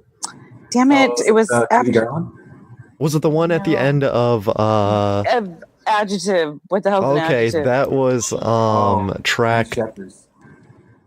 Yeah, that could have been it. What is it? Was track 2 of Chinese checkers. It is Chinese checkers. Talked That's about exactly I was it. wearing a yellow something. Tie-dyed peace sign T-shirt. Oh man, I'm like. That's one of my favorite songs about you. love this I song. feel like I'm pretty sad about how like I look back on a lot of my recordings and I think like, oh, I wish I would have knew like a lot of the kind of recording stuff I know now because like the guitar doesn't sound as good as I'd want it to. But I mean, like the Dude, content. that's part of the evolution, though. Yeah, you're the only one that really notices that. Mm-hmm. Yeah, but it kills me. I'm like, oh man. Oh, but I love that song. Thank you. Yeah, there's a lot of fun lyrics on that one. I like that one too. Yeah. I love your lyrics. Yeah, you're great songs. He's good. I'd date him. Yeah. All right, guys. Yeah, we were joined by Sean Shameless, Suzanne, Cliff Wall. Phil just popped in here, and hope you guys enjoy the interview with SMQ, and Jerry Cthulhu sat in with us. So, yeah, I don't want to be in your intro. I just want to bullshit. Have a good night, guys. Yeah. All right. We'll see you guys next time. With the popping. We'll be right back after this break. Thanks for tuning in to Cruising with Steak. Hello. Hello. I've got you. Hello. Welcome. Oh, thank you. We are here. I'm James. I'm Hello. Grimsteak. Sure. Or Steve, you can call me. Whatever. Yeah. I use monikers. And we have Jerry Cthulhu here. Jerry, I'm messing with my camera. I'm sorry. Jerry's here. Yeah. He's one of our buddies. He wants to sit in with us and hang out. He's smart of one here. So besides, out of the Cruising with Steak clan here. But, Okay, great. But yeah, man, I mean, we're chill. We're basic. We have fun. Just like talking to cool people. That's all it is. Yeah, dude. Like, I mean, I'm no expert on anything. We're just, it's just about, you find cool people. Like, we all listen to all our favorite shows and podcasts and stuff. And myself and Grimsteak, we just we met via like chat room for a Grimerica show, which is a show out of Canada. Props to them. But, so we met and we're both at the same time bullshitting and talking and like, hey man, let's do a podcast. Okay. And then Jerry, I've known for a long time. He's been around the groups and we've seen him trolling around in the Grimerica trolling chats. around. Yeah, dude. And then sure enough, man, we all started our own whole things and we do hangouts on YouTube on Friday nights with Jerry on the Hive, which he started like the other night. We had like 10 people on there for 4 hours just talking craziness, dude. Like, it wasn't crazy. it wasn't crazy. My intent wasn't to be crazy, but you never know. We had a lot of fun. I got the mic mounted camera going. Oh, okay. Whoa. That's like fisheye lens almost. Yeah. First person. Jerry's got a first person lens coming down the shaft. Oh, I got to have the high production values. yeah, right. Yeah. So anyway, man, but I heard you on our buddy Ryan Peverly from Occulture. Oh yeah. Mm-hmm. Yeah, that's where I heard you. So like, and he was he was pretty much like our first interview. He was like our fourth guest or fourth or fifth he came guest, on. Yeah. But it was fun, man. So we had, we found you. I heard you on there, and I just kind of been following along with your stuff, and it's gonna be a fun show, man. So I'm glad to have you, and I'm glad you hit me back, and we're able to chat. Oh, of course, yeah. Sounds good. Yeah, I mean that's a little bit about us, and I mean, we're fairly new still. I mean, we're still learning our popping peas and stuff like that. It's like just bullshit stuff, man. But we're having fun with it. I mean. Yeah, there you go, right? Not bad. But other than that, man, so we found you, and I like that whole, did we all die in 2012 thing? I mean, that's a heavy topic, dude. Mm-hmm. And have we died since? Right. Right. These CERN smashing oh my God. Yeah, that one really took off. I didn't expect that. That was the second video / talk that I put together. I had no idea that, I think it's up to around 130,000 views now. I had no idea it was going to do what it did. Wow. I couldn't imagine getting feedback like that, dude. I mean, I'm sure, like I think I've heard you say before of just the influx of what happened because of these videos and stuff. And I don't know. Maybe you were getting trolled, maybe you weren't. But I mean, to have that feeling, like I think you explained one time about some people like really taking it to heart and having like a negative effect in their life and everything, and like dude, and when someone says stuff like that to you, I'm sure it's gotta like frazzle you a little bit. Yeah, it's why I stopped doing the series. Yeah. I like I said, I started it at the second one, and it slowly built. So I started to do other ones based around 2012 because I explained in one of the videos that when I was ending the series, what was the point of what I was doing. And you really don't know it with YouTube what's going to pop and what isn't. And it was my second video, so I didn't intend at all for this to have more than, I would have been happy with 100 views. I had no idea. And I, at that time, I considered, getting 2,000 or 3,000 views a lot of views. I had no idea that it was just going to go on and on and on, and it just kept building and building and building. And by the time I had about the fifth installment to the series, I knew it was about 80-20 like to dislike, but that 20% really, really hated it. So yeah. And yeah, I eventually had a channel dedicated to me, and by that point I didn't have maybe 10 videos up, and I had a whole channel dedicated to me. They ended up doxing some other guy they thought was me, and it ended up being, yeah. And they ended up being just really, it was just a brigade of people, I suppose. I don't know if they knew each other or not, but it was really nasty. So eventually I just assumed 99% chance it was trolling with some of the feedback I was getting, but on the 1% chance that it wasn't, I decided to go ahead and stop talking about it actively and move on to other subjects. I hear you. Was it completely online? Yeah. And that's another reason why I stopped it. I didn't want it to get to where there were people physically in my life either stalking me or harassing me, because I was bad enough online where it was just sort of always there. I'd wake up, like I said, every morning, and I'd have 10 to 15 notifications of just, the police have been called, the FBI is watching me. It's just, and it was just so heavy.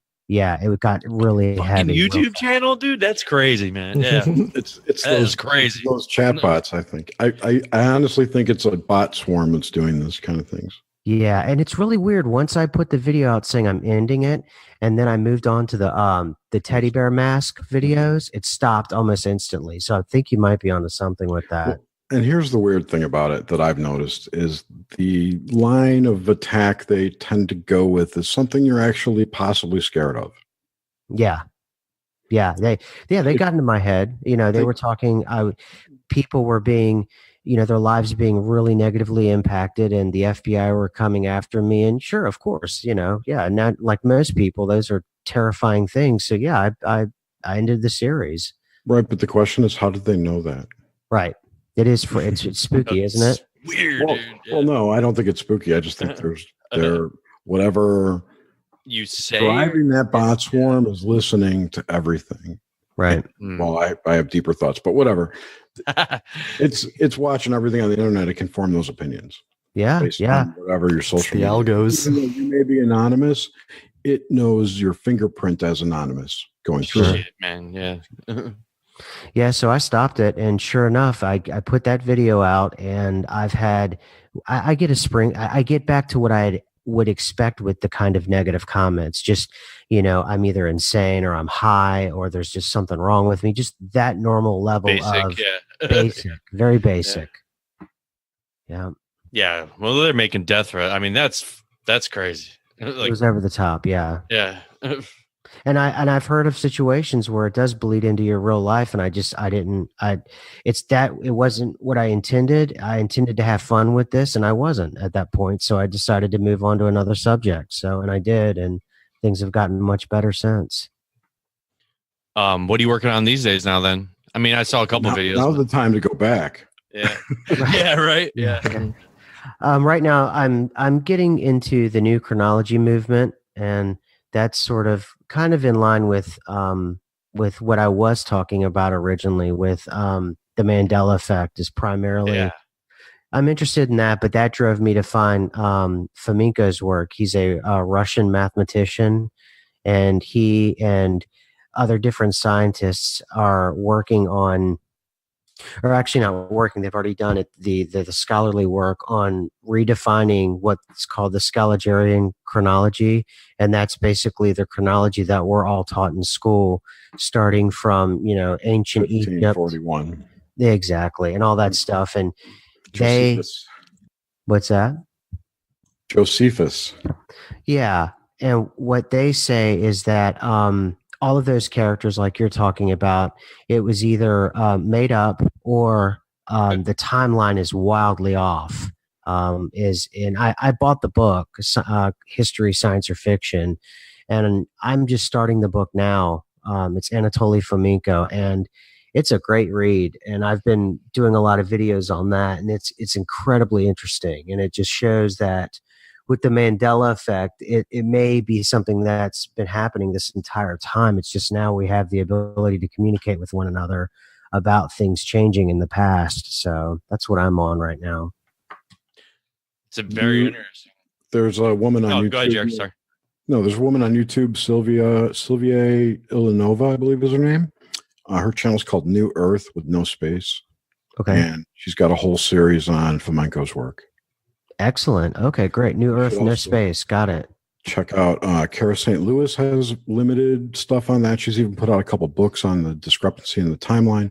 I think so. They added like 500 years or so, and then put their buddies in as rulers.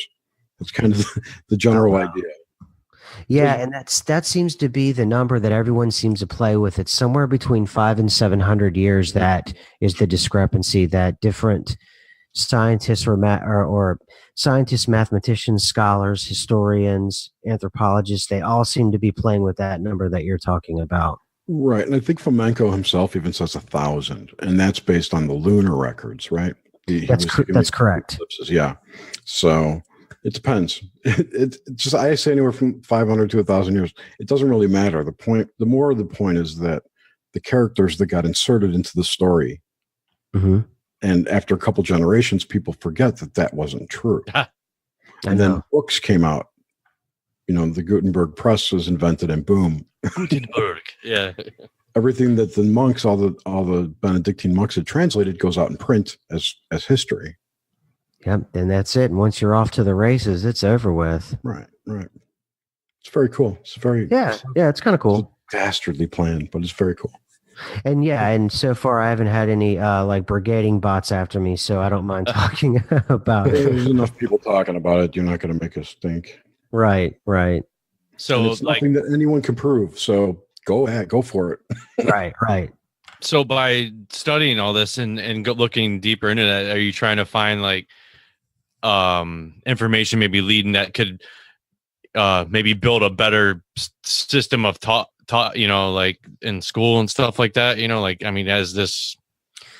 Well, it's just for me personally, it's sort of a kind of, I think what it is I would like to broaden the horizons of the Mandela effect, because I think a lot of people think the Mandela effect is about mirror on the wall and Kit Kat bars. And I think it's about something, more profound. Mm-hmm. And even my 2012 series was about the Mandela effect. Everything about my video channel, I was animated by the Mandela effect. And right. Yeah. Well, man, I spun off on like 20 different rabbit holes just off of that. It's just like, gosh, there's so much stuff, like, especially with like the whole, I don't know, like the whole CERN aspect of causing and creating different alternate realities and shit by slamming these particles into each other.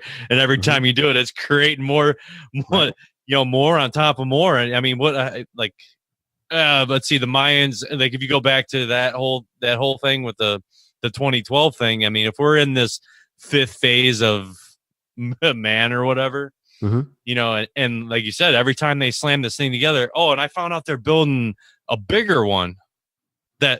So they're building it's not a LHC, it's called like a Oh, what the? Is it? It's called a FCC, a futuristic circular collider. Oh, great. Yeah, dude. So they had what it is CERN is like 17 kilometers long.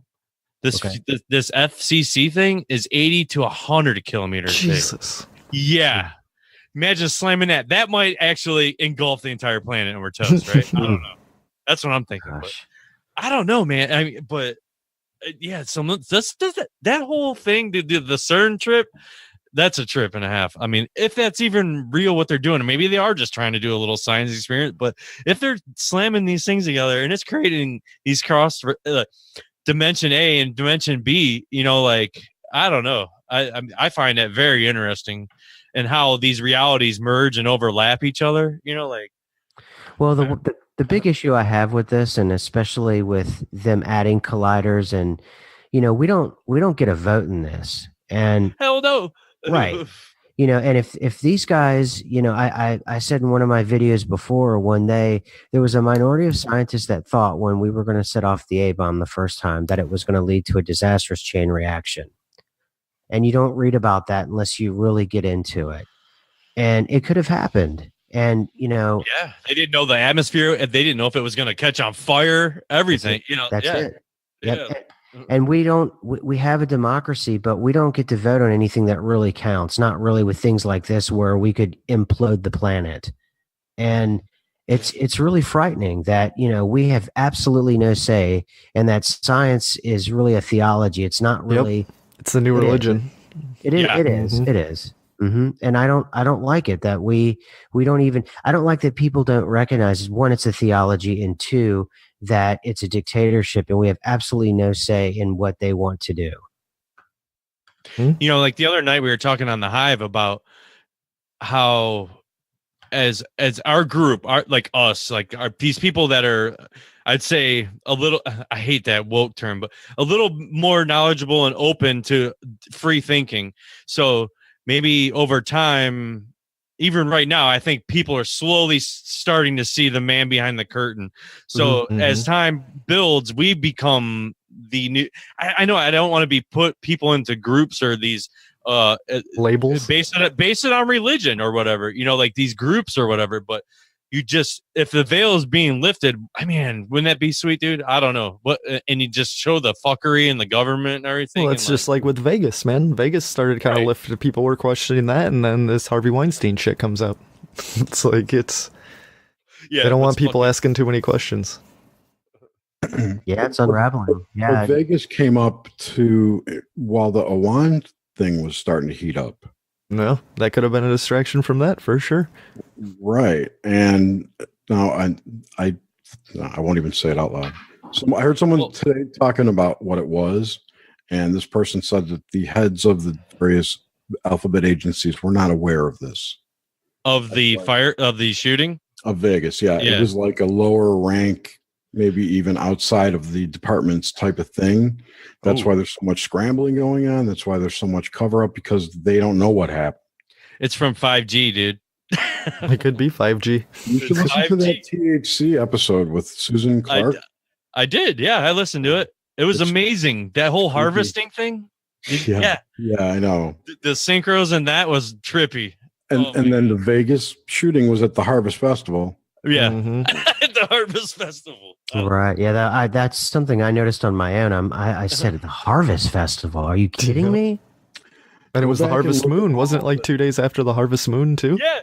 Dude, you got the moons, you got all this shit. You got the September 23rd. There's some weird some shit in the air, dude. There's something going on. I don't know what it is. Just go back and look at all the 91s that show up in the Vegas event, and 13, and 9/11s. Well, I knew it was significant when it started to bleed through in my Twitter feed, because I purposely try to keep it not partisan or nonpartisan. And it started to bleed through when people started to say, those not in the conspiracy realm, they're beginning to question what is this? What's happening? Like regular people are saying, that's how sloppy, whatever this was. I'm not saying it was one thing or another, but when, quote, normal people start paying attention, you know you did a really bad job. Yeah, definitely. Bad. I'll tell you what went happened. I horribly know what wrong. happened. If you look up the etymology of the word paddock, Stephen Pat, just paddock. Okay. The number one thing, of course, is something to enclose animals, horses, cows, whatever, right? Pen. The next most used noun as a noun was for frog or toad. Keck. There was chaos injected into whatever happened from Keck. Wow. Hey. It's pretty creepy. Creepy is right. Oh, most definitely. I mean, that whole harvest thing blew my mind today of listening to that, dude. Well, did you hear about the recent witness who passed away and she was like 28 or 29? Yeah. They're all dropping like flies, dude. Yep. Oh my. What's It's happened? crazy. Wait, I missed what happened? Sorry. Oh, I was looking at Twitter today, and a few days ago, or I don't know, maybe someone else will know the exact details, but there was somebody that claimed there were multiple shooters, and she was like 28 or 29, and she just passed away in her sleep. Yeah, I saw it. I saw it today. I haven't heard that. That's weird. The dude who was the security guard who broke, the hero who saved the day, allegedly, is missing too. Jesus Campos. Okay. Yeah, he's missing, huh? Right. Allegedly. I don't think he exists. I think he's a complete, character. Wow. As Paddock could be too, a complete. I got it right here. Kimberly Sholcomb. That's it. Yeah. An eyewitness present at the concert who identified multiple shooters has been found dead. Dun, dun, dun. Wow. Where's her cell phone video? Wiped. Guaranteed it's wiped. Do you know that the cops wiped people's phones? They did. Yep. Didn't they pass around or they were like, they took all their shit for one, right? Yeah. It doesn't seem like it could be legal. It's not legal. I don't think so, right? Yeah. It's not legal in any way, shape, or form, which points to me more that this was a drill that someone co-opted. The chaos get injected into. Have you seen those pics of I saw a little clip of a video where I'm going to say actors, but I don't think the whole thing was actors. I think part of them are actors. Like they found them at the Pulse nightclub and they're at this fucking thing. Like, dude, come on. Yeah. And they're giving interviews and shit. Well, look who they're giving interviews. To whom are they giving interviews? Because the big networks or whatever. Yeah. I think I've said this before. I think that the bigger networks have people they go to that they inject into the scene to act as if they were victims. They get filmed from afar behind a green screen or whatever. Well, yeah, like CBS, CIA, Yeah, exactly. It's crazy. Well, all of them are CIA. Yeah. Well, one's FBI, one's CIA, one's whatever. I don't know. Ridiculous, dude. It's too much to handle. It's really hard to watch all that shit, and I feel horrible. I mean, to think that people didn't die when I wasn't there, but there was a lot of people that were there, and I'd like to hear from some people that were actually there. Like it'd be a different tone I think we would have, but I don't know. I believe this was, whatever this was. I do believe people passed on this one. I do believe people died in this. No doubt. Yeah, no doubt. Yeah. Now I don't know about the official narrative, but I will say I think people did pass away. I'm still open to the fact that no one did. I think people did, but I don't know. I still haven't seen any evidence of dead people. Did you read that I think it's 8 or 9 states you have to have or starting next year you'll have to have a passport to fly there, even if you're inside the U.S. What? Shit. Yeah, look it up. They must not have got the real ID legislation through. That is some fucking crazy shit. Yes, you don't need a passport within the U.S. Yeah. I saw a video about that too. Kind of like, building a wall. You're talking about building the wall, right? So building a wall to keep people out, but you're building a wall to keep everyone in. That's what I look at it. Oh yeah, just making it a huge prison. Just a big fucking prison, dude. And then you have to have passes to cross state lines, like another country. That's crazy. Well, fuck it. Then if you really don't want to go to California, then you don't have to, I guess. And if you look at those states, they're like, I think most of them are deep red. So Yeah. So if you want to, which you think you would get the most resistance from them. Yeah. Right. So that's the ones you go for first, naturally. That's heavy. That's crazy. Yeah. That could be one of the things they're trying to push, right, Jer? I would imagine. I mean, from the outcome, there's always something bigger to these things. I mean, I look at it. Is anything coincidence? Are these shootings coincidence? I don't know. The way I look at it is it's one thing that caused it, right? And then other parties see what happens and are quick to take advantage of the crisis. It's never leave a good crisis to waste, right? Or whatever that phrase you got to is. jump on the bandwagon, right? Never let a crisis go to waste. That's their phrase. That's the way they think. So you think of all the groups out there that could use this to their advantage. You got pushing the gun bills that are going through Congress. A new one was introduced after called HR 3999. 3999. Yeah, that was funny. And there's the one against automatic weapon or silencers and muzzle flash reductors, whatever those are called. You know what I'm talking about? Suppressors. It's a suppressor. Yeah, silencer. A muzzle flash suppressor and silencer bill is already going through Congress when that shooting happened. And the first thing that Hillary said about that afterwards, that she was, jump on the bandwagon. Yeah. The use of silencers makes these types of things possible, like something like that. Right. There were no silencers used that we know of in that. So she was still going along with her script, but but it didn't match up. It did not. Part of the plan didn't work out, but totally. That's just one way that these people can just jump on it, right? Mm-hmm. The hotel industry now. Think about this. You've got this tainted Mandalay Bay, which is getting kind of old. It's 25 years old now. I forget the exact date, but there's lots of newer, cooler hotels going up by, Steve Wynn or whomever. Wynn's been putting up the new ones like Aria. Then they're really nice. His hotel, the Wynn, is real nice, but that's a prime piece of real estate too. So I could see the corporate people jumping on this going, we could probably get a better deal on that land now. Yeah, if you have our own hotel, plus they could tear it down and it could be a big thing and it's a memorial and yada yada yada. That's like like I heard on Middle Theory. Did you listen, Grim, to the new Middle Theory, where they were talking about this guy that got shot on the 32nd floor was part of a company or the CwS or whatever, the security company for the concert. What the fuck's he doing on the 32nd floor? That's the dude who disappeared. Yeah. Mm-hmm. But get this, he's not even registered in Nevada. You have to be registered as security guards, and he's not registered. He's not registered anywhere. It's just too crazy, dude. Yeah. Oh. And we'll never know the truth. Never. Right. Because we're getting distracted by Harvey and whoever else gets.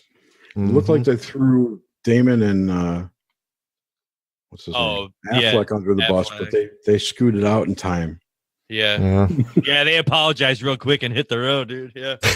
Yeah, I think this one's pretty fascinating. I follow TMZ a little bit, and the other Harvey on TMZ. Yeah, that guy.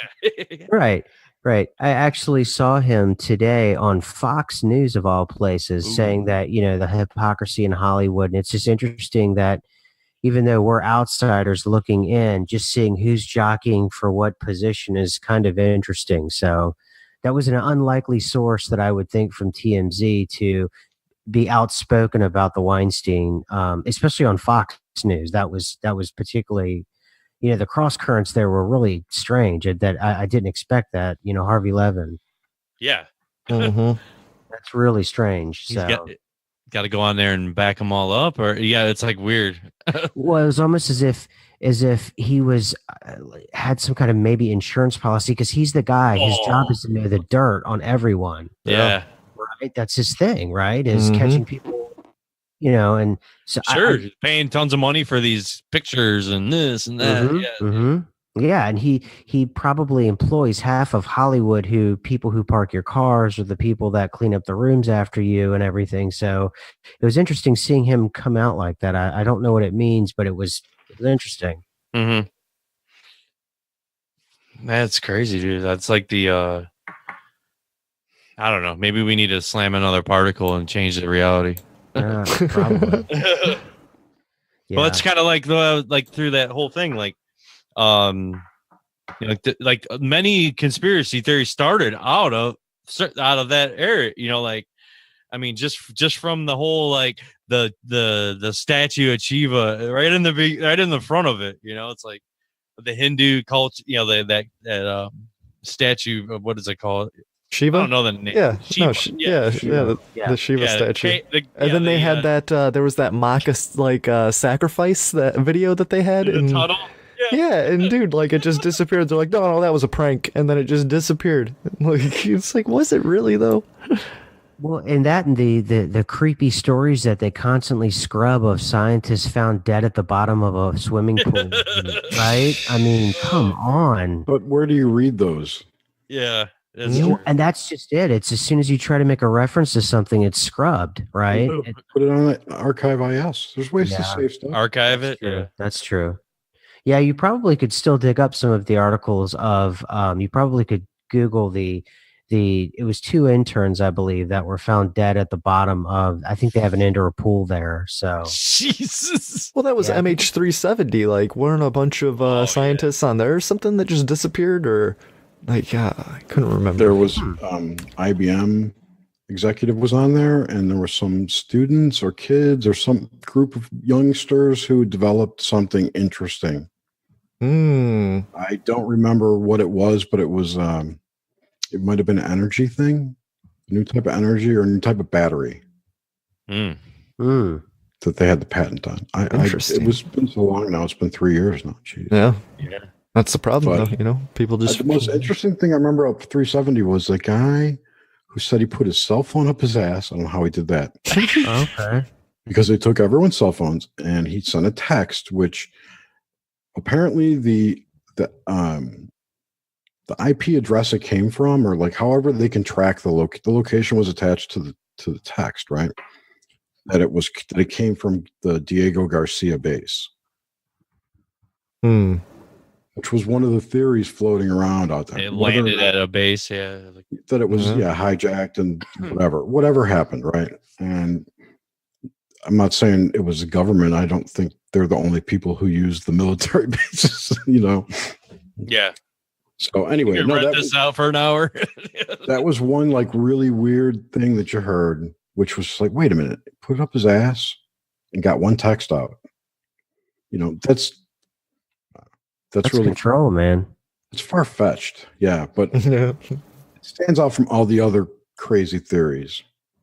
Okay, I found the article. I found I don't know how reliable this is. It's All News Pipeline. It says, approaching the event horizon, mysterious deaths linked to CERN collider.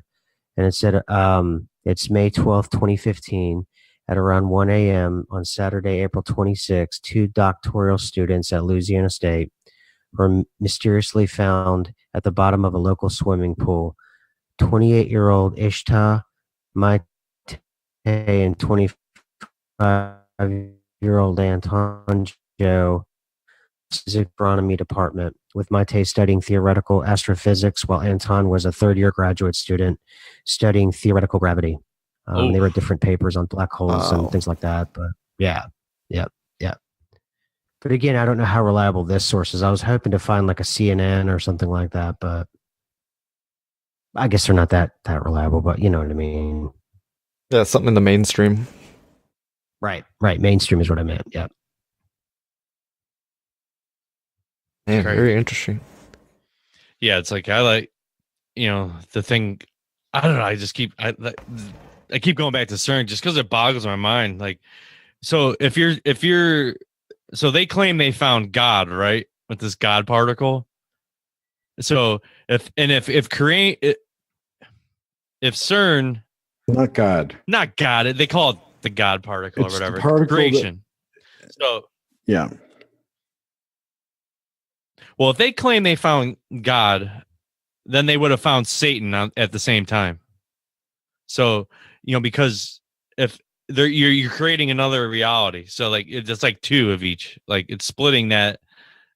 Dude, that is some fucked up logic there. Yeah. because of the true reality effect. Like, well, and that could be just the cover story. I'm still thinking that they were trying to create some sort of wormhole or a portal. A Stargate, maybe?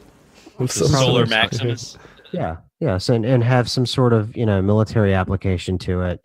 I know IBM. It was years and years ago. They were trying to teleport particles, and they accidentally did it in the early 90s by accident. So if you fast forward, 10, 15 years, you could see them trying to, replicate that on a larger scale, perhaps. Beam me up, Scotty. They already have the quantum teleportation with photons now. They've done that. It was in China a couple of years ago. Yeah. So, I mean, that would be one way to sort of get rid of oil. That's for sure. Yeah. Get rid of anything. Yeah. Well, I just mean if you want to move an army or you want to move a bus or anything, you could use teleportation rather than having to drive there. Yeah, sure. You who Andy Bishago talks about having no, was it not him? Somebody I've heard recently was talking about in Florida. There's a room, like a large warehouse, like a warehouse that would fit 2 semi trucks. That size kind of room that you go into and you come out the other end in Los Angeles. I believe it. And absolutely believe it. NASA gets it was for the space shuttle program that they built it, so they could send the used fuel containers that they send the shuttle up with to get them cleaned up and refilled. They wouldn't drive across country with them. They put them through this tube. I believe it. It wasn't Bishago that said that. It was someone else, but I don't know who. Well, and that's what that's why I think the Mandela effect, CERN, and history, I think it's all tied in together, because Faminka's book and the way in which history now is so rickety, I really think if they're doing something with the multiverse, if they're doing things with quantum immortality, if they're doing things with these leaps and these jumps, I do think that things are changing, and as they change, I think they're becoming more fluid. And I can't prove anything other than what I've experienced, and even that is hard to prove. So I'm not entirely sure that Faminka's book even existed 10 years ago, even though he started writing it decades and decades and decades ago. Because it's the same about CERN. Exactly, because that's the whole point, is that you have to start thinking about time rather than something as movement. You can think about time as a geographical location, going from Miami to Los Angeles, I say, and that way you can start you flatten out time into portions of the present, or explode it into a 3-dimensional grid, in which case any time space coordinate can be reached by a vector. So you would have this coordinate to go to, and that would be this time in this dimension or whatever, and you skip out and back in. What do you call that? That's possible. Not the astral travel, but the out of body. No, the other one. What, death? What's up with not V? Virtual reality. No. Fuck. Augmented reality. Hemisync. Those. Shit. The guys that can see shit. Remote viewers. There you go. Them. Coordinates, settings, time, history, future. Yeah. They don't get coordinates like that. Actually, they get coded things, which are sigils, and essentially. Oh yeah, I guess it would be a sigil, right? They have their little point. Yeah, with control remote viewing, whatever. I don't want to take away from the interview. I'll tell you about it later. There you go. Right. Oh man. Yeah, I don't know. I mean, so I got a question for you, Mr. SMQ.AI. Okay. Or SM for short. Smoke. Okay, Smokey. Okay. Do you know who Cliff High is? Cliff High. I've heard the name. How do I know that name? Because you may have seen his videos or you follow cryptocurrency stuff. That's it. Yep. Okay. Yes. Okay. One of his, so he does this whole cryptocurrency thing, and he runs a newsletter which makes predictions based on his web bots, which crawl the web and do shit. And he's fairly accurate, which is cool, especially in cryptos. And one of his I don't know if it's his theory or someone he's into, talks about that we don't see things in a continuous flow. In fact, that we have a refresh rate, like a frames per second, that our brain does 20 or 40 trillion times per second, maybe just 2. I don't remember. It's in the terahertz range, right? So that he says that the frames are rendered that quickly, and it gives us the illusion of movement or fluidity. But that there's space between these frames that can be taken advantage of and things like that. And that would fit nicely into the we died in 2012 thing. Yeah. And I pulled him up, and absolutely. Now I had to put a face to the name. Yeah, I've watched a lot of his videos. The guy is great. This guy is really cool. Yeah, he's very cool. So I'll try and find you one of the videos where he discusses that, if you can't. And okay, yeah, no, I just thought of it when you were talking before. Oh, okay, yeah, no, and yeah, it's sort of like I think it's like the projector theory or something like that, and right, everything's sort of a frame. I think what you're talking about. I think I've heard that somewhere, or I'm pulling that out of the ether. But no, that's right. It's the same thing. Yeah. But yeah, it's like a film projector, and the only thing is that it's moving really fast, and that there's multiple versions of film projectors that are right next to one another. And the whole point in the theory is that jumping from one frame to another, not going in the continuous frame that you're at, but a contiguous frame where you're jumping from frame to frame to frame. Now that can either be time travel, or that could be jumping from a different universe or plane of existence, or however you want to explain it. You could just say you focus on a different screen. Yeah, exactly. But you're stuck here. That's kind of the thing. You're stuck. Your body is stuck here.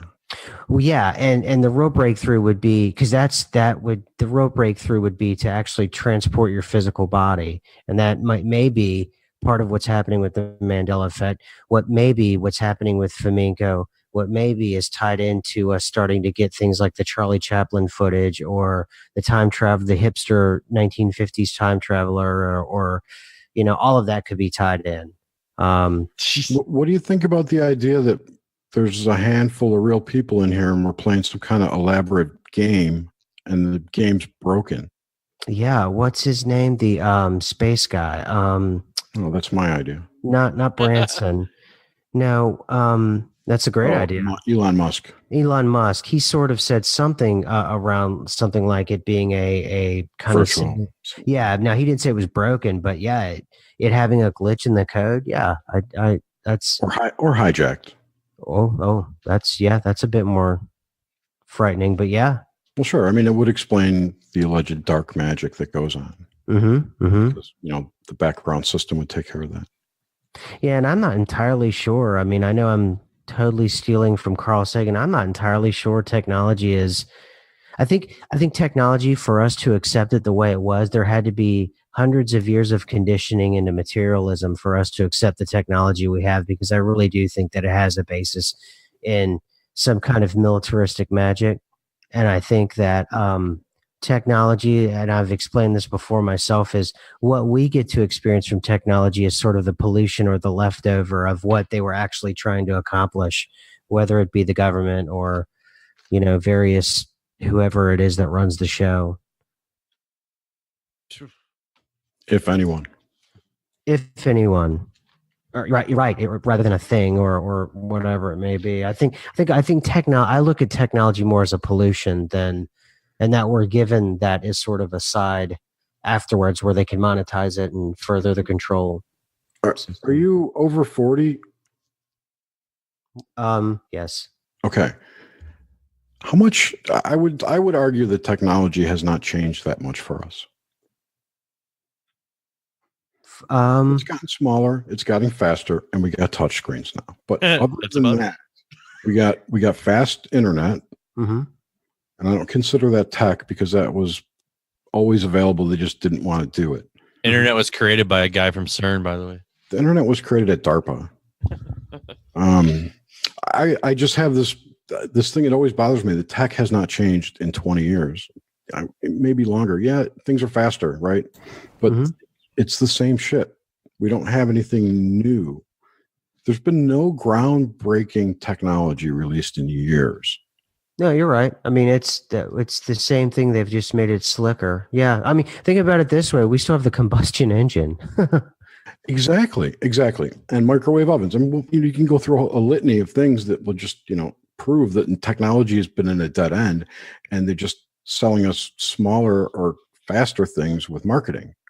Well, and that goes back to technology being, the real theocracy, and technology and futurism. Excuse me. I mean, futurism is the theocracy, right? And technology is sort of, how the magicians would perform for the pharaohs. So yeah, Right. Yeah. It's illusion. And the promise of immortality is ultimately what they keep promising, especially with the transhumanism. And I mean, everything is just a big promise. Right. Even like going to, I argue going to Mars. Yes. Going to Mars is a promise. No one's ever going to go to Mars. No. You'll be dead and Make a lot of money though. But then the story might be different. Oh, we can't go or whatever. Oh, dude, wasn't Corey Good? Didn't Corey Good already go? Yeah, he was there, right? Wherever he went, it wasn't the planet Mars. No, it's brainwashing. He was in that room in Florida. He was on a different plane or a virtual playground. I don't know what he was in. He was there with Obama. Or he made all this shit up. Yeah. Anyway, derailed it. Sorry. No. Speaking of Egypt and stuff, what do you think? I know you're into like cymatics and stuff. So like, yeah, like what do you? I mean, like frequency and resonancy, like stuff like that. Sure. With the Great Pyramid, there's a lot of input on that part with frequency and resonancy. Yeah, and reading Flamenco's book, it's uncovered a lot more to me, where it's talking about ancient Egypt. A lot of scientists believe that ancient Egypt wasn't ancient. It was happening at the same time that we think of ancient Rome and ancient Greece. And the chronology of it goes, roughly, really, really roughly. You've got Egypt, then Greece, then Rome. Mm-hmm. There's a lot of scientists, a lot of big names, and a lot of names that are more obscure. They argued that all that was happening at the same time, and that what we would call the dawn of civilization happened way, way closer than what we're let on at school. So, I think that, and you could even go as far as to know that everything has already been invented, and what you do is you pull it back and give it, and then you pull it back in cycles, and then what you do is you reintroduce it. After so many, hundreds or thousands of years, and you reintroduce it as something new. And there's nothing new. Like they were doing the same thing 3,000 or 4,000 years ago with smartphones. And that's why you get such strange and bizarre anomalies. Like the Anticlara thing? Right. All of that's strange. What about the ghost buzzing and your, like if you don't have your phone in your in your pocket? The ghost vibrates, the ghost ringing where you think it's going, but it isn't. I don't think they had. I think they had a different type of understanding or use of the environment for technology before us. You say that, and I think that's very true. Like I always say, I was like, man, fuck the internet. It'd be so cool if we could go back to when they used consciousness to communicate or whatever. Use these ley lines for whatever. All these.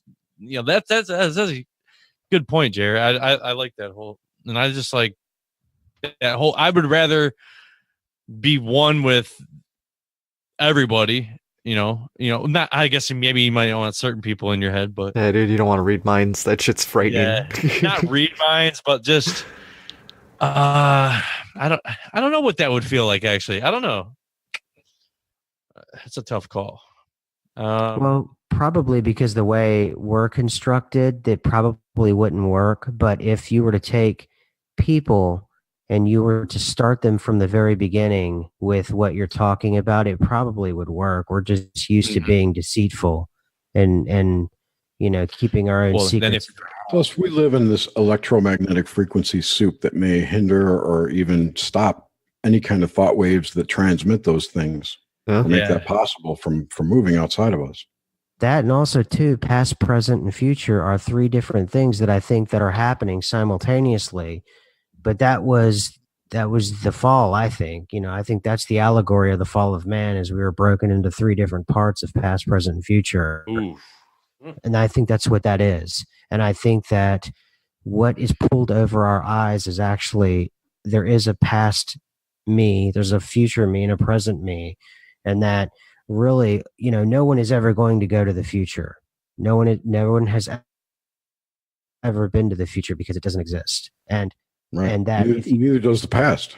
Yeah, the only thing that exists is right now. That's right. That's exactly right. So I think that if you were to accept that in a deeper way that I can't understand, I think what happens to the present that's in front of us, things begin to expand, and you can sort of, people talk about being able to be enlightened and have synchronicities. I think that's the beginning of pulling those three parts of you back together. Maybe that's what's happening here Could with be. our group.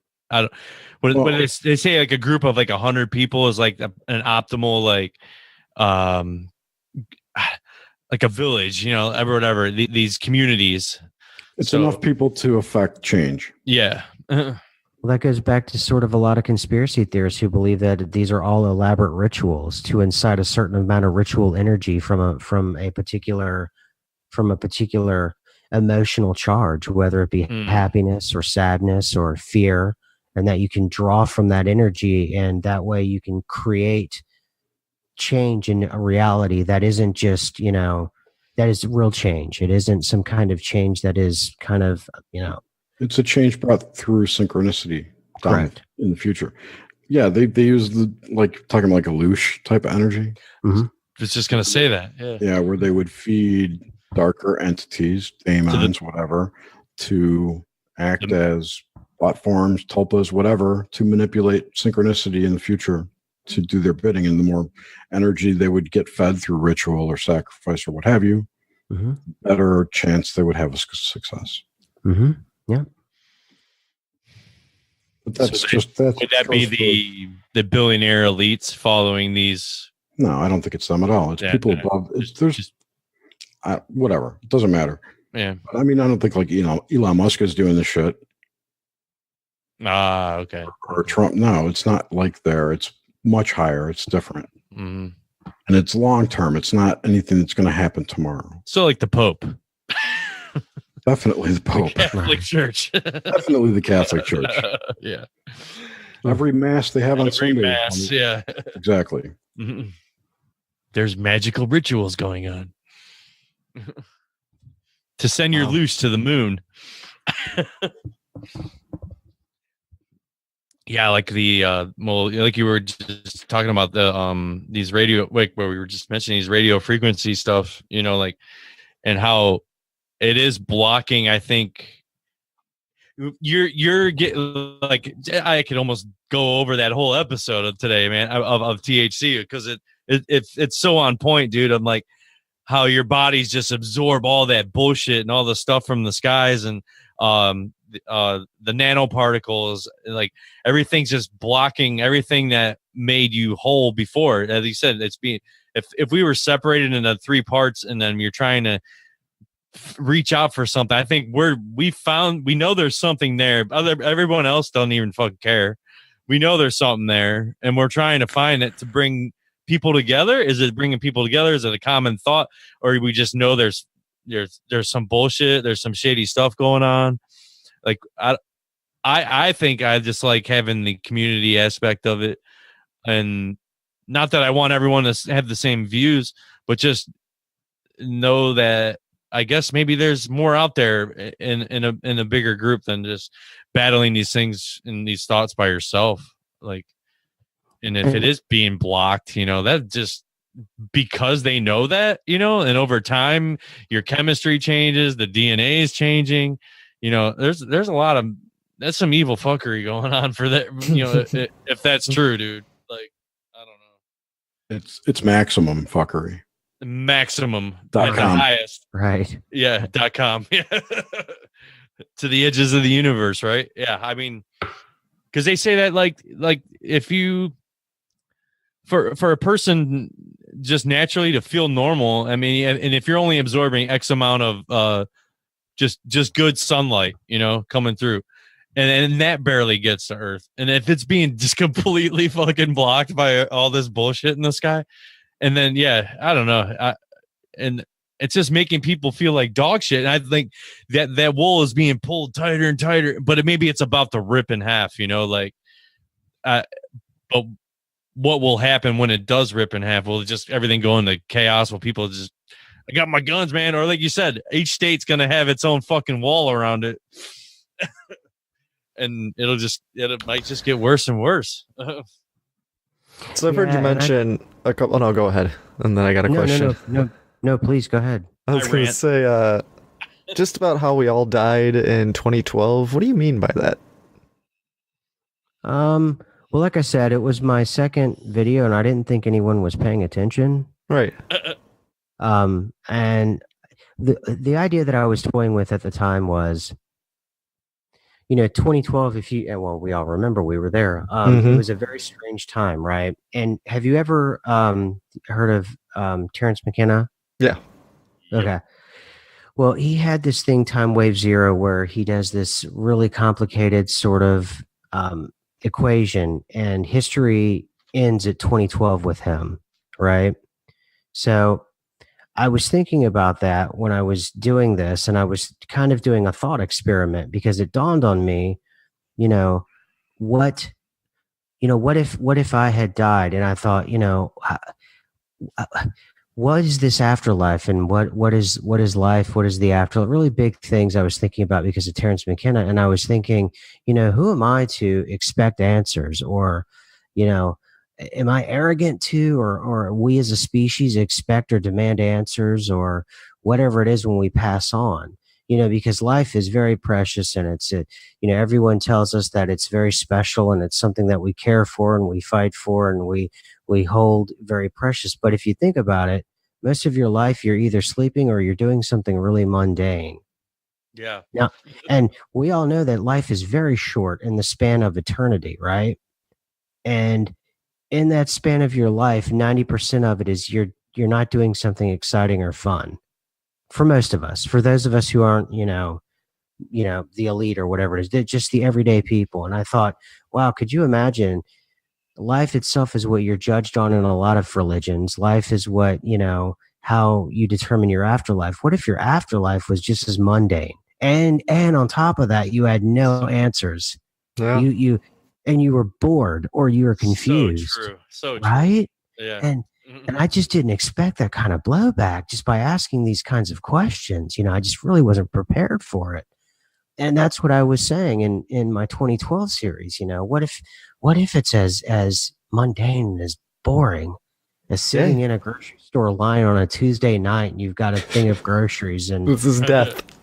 Right? Can you imagine? I like that theory, not the theory, but like, okay, so if you stretch it out on a line, in the beginning you have life, in the end you have death, and everything in between, all it is suffering. Yeah. Cool. And part of that suffering could be just mundane stuff. Like I said, you could have a flat tire in the rain. Fuck yeah. Yeah. Yeah, and it's like, how do you unravel the suffering? No, what would happen? I don't know. Is it enlightenment? Is it able to see more colors? Is it something more beautiful? It's really weird. Like when you think, what is the suffering? It is, like you said, a flat tire maybe or something. But and think of life. Think of this: you were given no answers in life. Okay, we're left to fend for ourselves. Most of it's boring or mundane, or you're asleep, and then there's very little bit of it that's really exciting.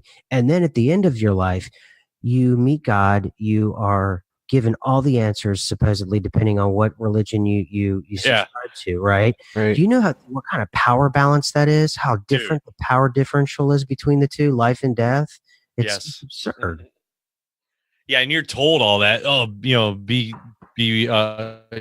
come to this church, do da. Yeah. Oh my gosh. And just then, a construct or whatever.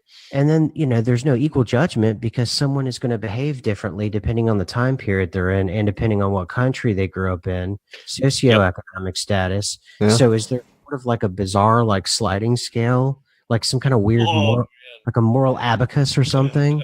So I started playing around with those ideas when I went to my 2012 series. Mm-hmm. And that's what I was going for, but it turned into just a nightmare. Yeah, it turned into a total nightmare. It messed with everyone's timeline, dude. They were all like, "What the Right. And I love how most of them they were trying to divine like my intentions. We know you're doing this to be evil and You're a shill. Yeah. Right. That was my favorite was I was a shill. I'm a shill? Yeah. Who am Who I am I shilling shilling for? for? Yes. Well, if I've got to take this kind of stuff, then I want to get paid then because I'm not getting paid. No doubt. Yeah. This is a really bad shill. Yeah, I'm the worst shill on earth. I'm the worst. Right. I at least should be pushing some sort of like, a dietary supplemental thing like Alex Jones or something. Yeah, dude, just turn your shows into an infomercial. Just a really long infomercial. I should get back on my 2012 stuff, get the bots mad at me again, get a lot of traffic again, and then start selling We're selling bone broth, dude. It's bone broth. Oh, what a great man. Yeah. Bone loss? Bone broth. Bone broth. Bone broth. I don't know what that is. Yeah, it's an Alex Jones caveman. Yeah. Some caveman. Caveman. Yeah. The shampoo. Yeah, the shampoo.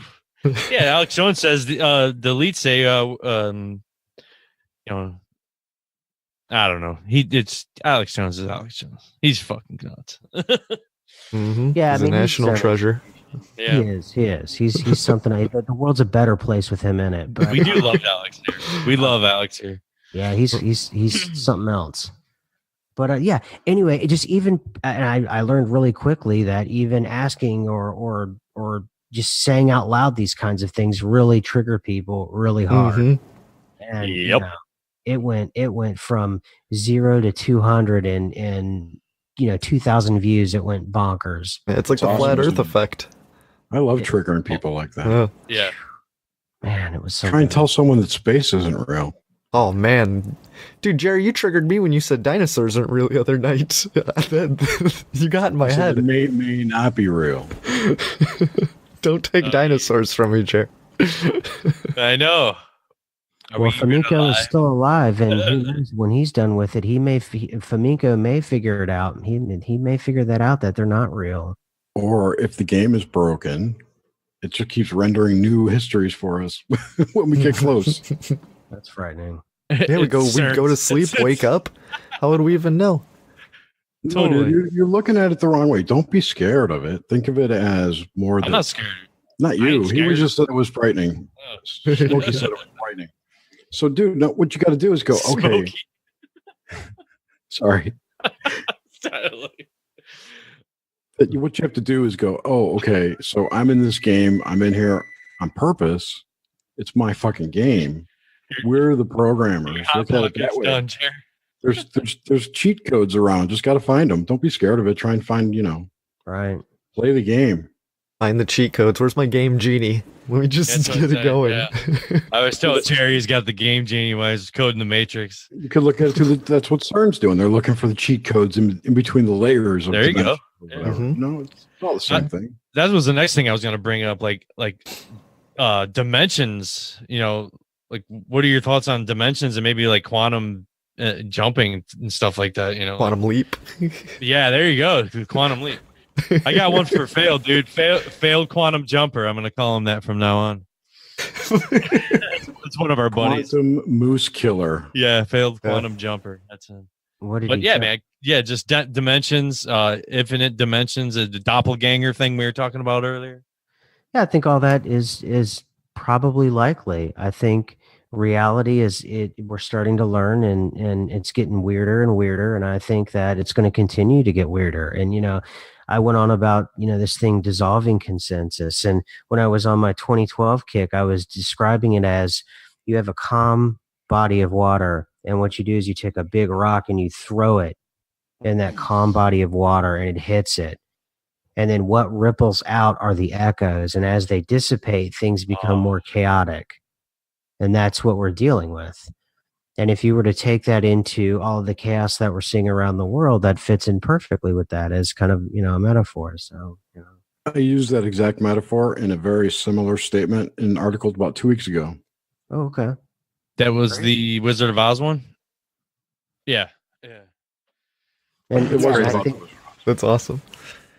yeah, I think, Synchro. and I think there's a bit of a group thought thing, and there's a lot of I see that all the time. I'll think of something and write it down, and then I'll see it on an article or on a video. And I'm like, man, I just thought of that. Oh. It's the human algorithm.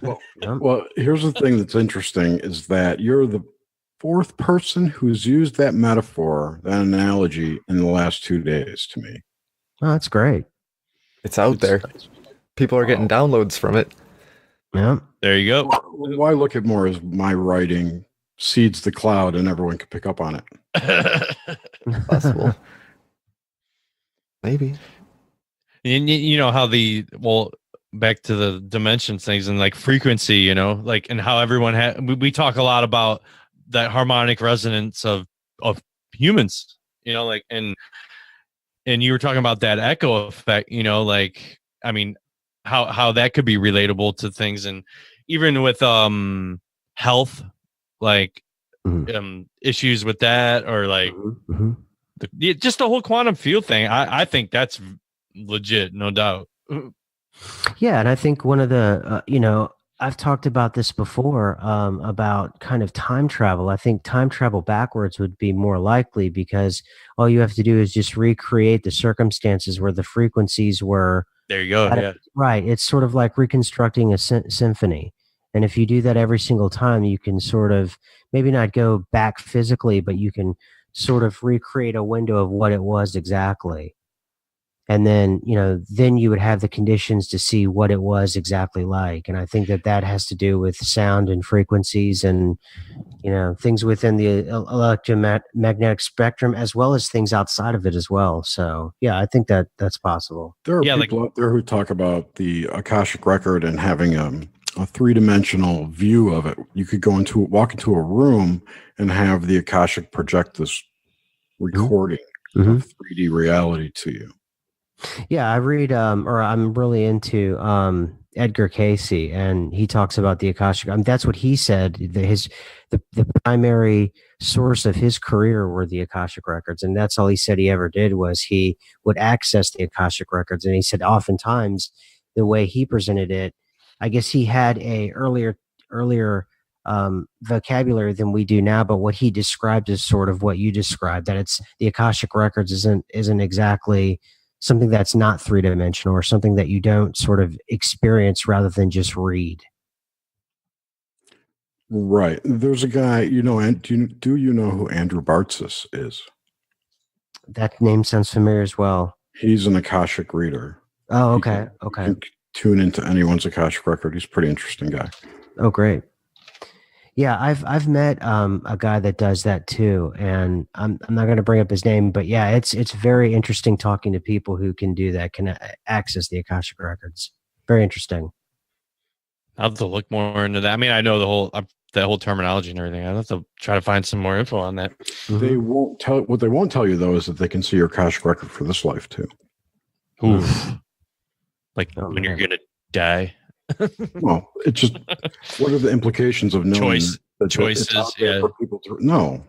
More so, this is a life review program, or this is predestined, or things like that. I mean, those are more the questions I have. Well, the person I talked to for something like that, one of the therapies offered is to go into, while you're sleeping, sojourns to particular planets, and each one of those planets they help you while you're sleeping, sort of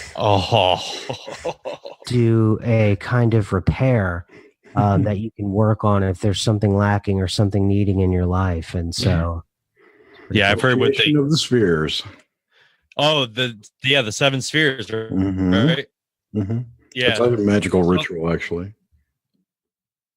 Yeah, so in the quantum field stuff, like, so if it's made of energy and consciousness, and then like somehow we're all connected, right?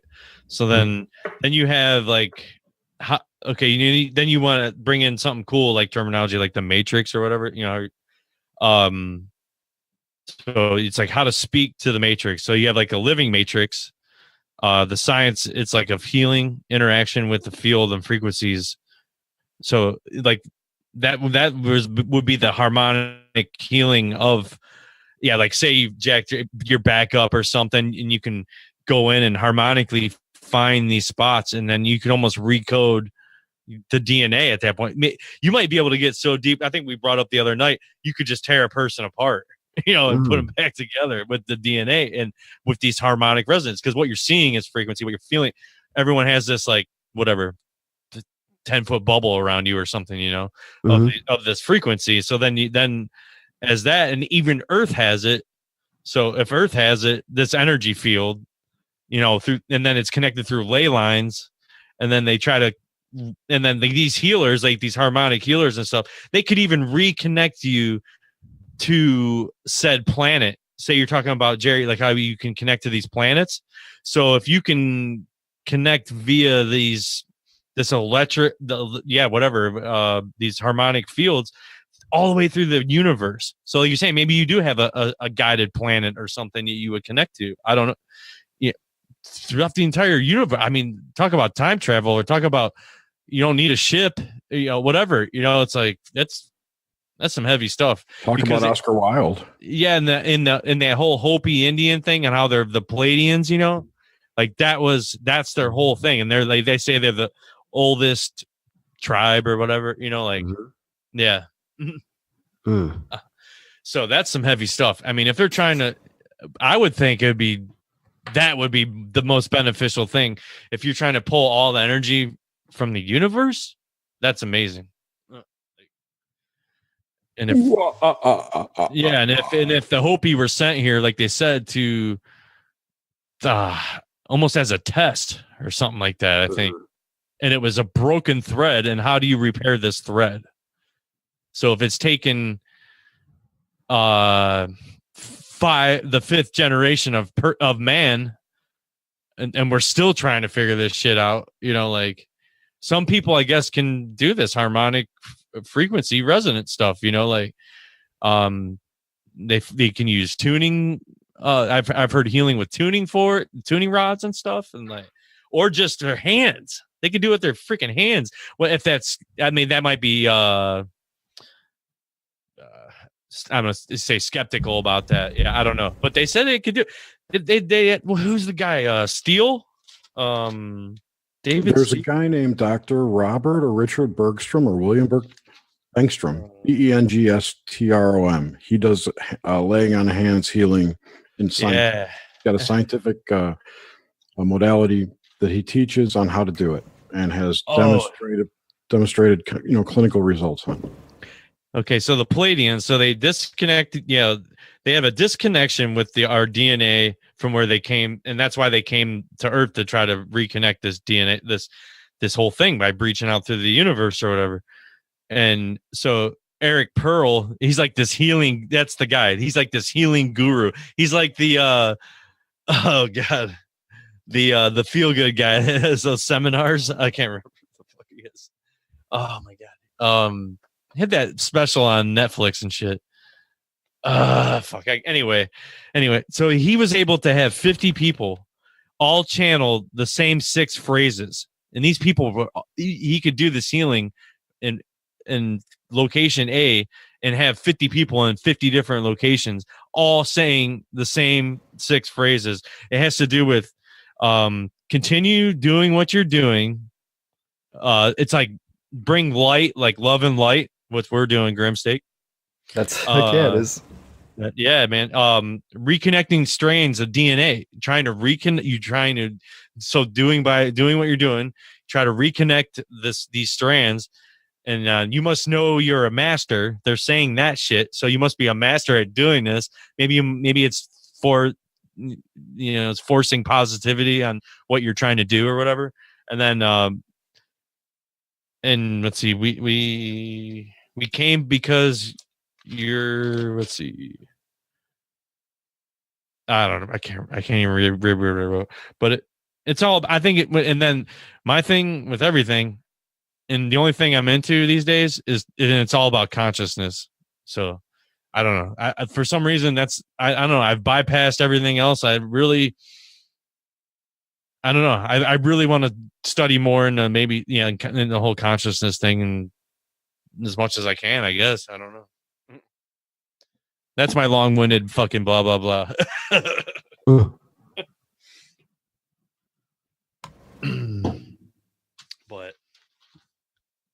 I don't know.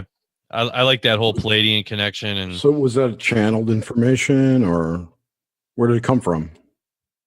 from me? The Palladian stuff. Oh, yeah, I think it had to, I mean, maybe when this, I'd like to look more into the Eric Pearl thing. I think he can explain how that information, got to him. Right, but I mean, there were like a couple famous channelers. Yeah. That did like the material, the Seth material, Seth Speaks. Yeah. And the Law of One stuff. And Casey apparently channeled the Atlanteans or Pleiadian, whoever the hell it was, whatever. Who was David Wilcox say his channel or he thinks he's the reincarnation of Casey. Casey, right? Yeah. I say he's Casey's kid. I say he's that bomber from Contact, the movie Contact. He could be all three. He's the terrorist bomber in fucking Contact. Up in the first machine they built. The crazy. Yes. He looks just like that. Well, to me, he does. I don't know. But yeah, man. I mean, I just like the whole evolution of consciousness stuff, like how, the world's out of control, the more emotions, there's more anxiousness and emotions than ever. It's maybe it's related to those moon phases, and the solar eclipse and the 23rd thing,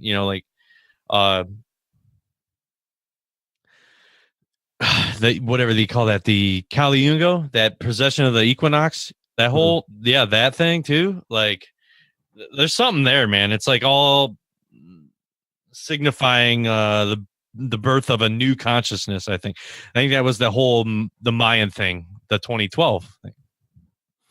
Yeah, and I think a lot of things like Las Vegas make us concentrate on the negative, but still, there's there's some positive things going on out there. So, like this podcast, exactly. Absolutely.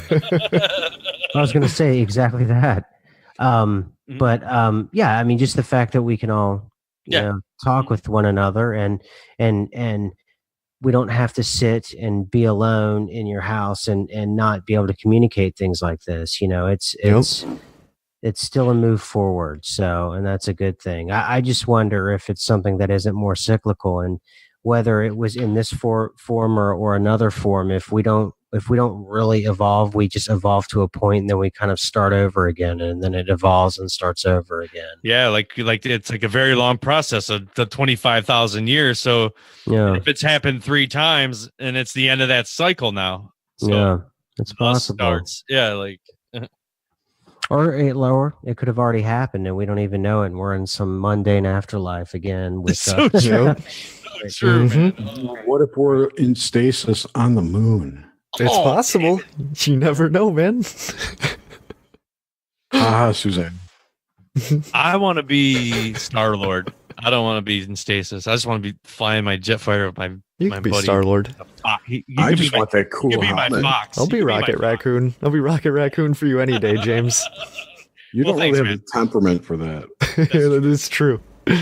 Darren would make a fucking great rocket. Yeah. Okay, so there's no flat earthers here. Nope. Oh, my mind's open, but I'm not dogmatic towards anything. That's kind of how we are. Anything's possible at this point. I think both sides are wrong, but the Earth is round and it's flat. No, it doesn't have a shape. It's a realm. It's a virtual environment. Okay, that's interesting. Yeah. What are your thoughts on it? I'm still pretty traditional on that. I'm not convinced. I mean, I've seen a lot of stuff on flat Earth, and they bring up a lot of really good points. But I still think we're on a ball screaming in space, and it's terrifying. And everything else is a ball that we could see with our eyes, so it would only make sense. No, it's a disc. Or their discs. That's true. Like, go back to our interview with Chris Cogswell. He explained it very well. He just brought up the sticks experiment. This is all you need to think about. We can't prove either way. It's a globe or flat. You can't Right. prove it yourself. Period. Well, I just try to default at with the most terrifying scenario is what I try to default with. Oh. So. Young man, you have so much fear in your life. no, I embrace it. I embrace it. Embrace the fear. Yeah. Yes, absolutely. But you could just not even worry about it by not believing it. You just believe these things. No, I practice the power now. I have very little fear, so I don't think about anything but the present. So I've little to no fear at all. Right on. Excellent. Yeah. So if you just think about it, that we're not really hurtling through space, which really can't be proven, and it really doesn't even affect us, to be honest. Like either way, like that's why I'm so true. This was the thing that got me about rockets. They were talking. NASA says they shoot them. I forget 22,000 miles per second, some bullshit number. How fast they go, it's like 4 times faster than a bullet. A human can't go that. Going 22,000 miles an hour. Yeah, that's a lot of G's. And plus, you never really see them get that fast. They just kind of go. I don't know, man. That's a lot of fucking rocket fuel strapped to your ass. Challenger, Jerry. Well, Stuart Swerdlow says that the entrance to space is through the oceans. Wow. Fuck. That's crazy. What about would make sense? What about Antarctica? What's going on in Antarctica right now? Maybe that hole in Antarctica is the hole to space. Who knows? Oh man. Oh, because of the flat Earth? No, because of the dome. Oh, the dome. The Van Allen radiation belts. Well, I heard I watched a video that said the Van Allen radiation belts are proof of the firmament. So I said, all right, anything goes now. Right. They're not proof of the Bible. They're proof that that humans can't go through it. Well, and it was also proof that I haven't thought of the most craziest thing on YouTube as well. No, you haven't, because you're not spilling your blood trying to get to the holiest hole of the holes. Yes. In the Arctic Circle. I'm not sure I want to know. When you get to that level of crazy, then you've gone too far. Well, we can pull our money together. Well, we'd have to pull a lot of money together just for one ticket, but it's $75,000 and we can take a cruise down there and we can go check it out. Oh yeah, you get to explore Antarctica? Yeah. Yeah, man. Yeah. I think of so many better things to do with that much money. $75,000. That's going to be like a Bitcoin pretty soon. One Bitcoin would take you to Antarctica. Yeah, definitely. So you guys into Bitcoin and cryptocurrencies? Yeah, Jerry. That's interesting, but yeah. Jerry's a pro. Not a pro. I just have some money and he codes the matrix, so he knows what he's doing. I only code my matrix. Yeah. And, I have some. I have maybe $1,000. Okay. In various things, Litecoin, Ripple, Ethereum, and I have a bunch of tokens from that I bought that I didn't buy, but I was given by someone from out of the United States. Now I got a bunch of altcoin tokens from ICOs and pre-ICOs. Well, it's good it's on that blockchain technology, just in case, the dollar ever does collapse, you won't be able to get to it unless it's on blockchain because they're going to have this thing locked down quick. So, well, there's a narrative that the NSA made up Bitcoin, and it's already been compromised from the start because since Satoshi's, anonymous essentially. That's a bummer. Didn't some Australian guy try to claim that was his identity once? Maybe. I don't buy it because it's open source. Anyone could go read the code. Mm-hmm. So it's like, all right, even if they compromised it, they had to do it in the code. Yeah. And there's just no way they're going to let any kind of currency change happen right now. Can you imagine? That's the thing. They can't stop it. Yeah. And that's kind of what I think was a couple weeks ago. I remember when there was that news report about China banning ICOs, and then Jamie Dimon came out and said Bitcoin's a fraud, and then Bitcoin dropped like $2,000. Maybe this is why they were threatening EMP strikes so much, like saying it could happen from North Korea, because what better way to take out a cryptocurrency than to just wipe everything out? What better way to distract you from whatever else is going on?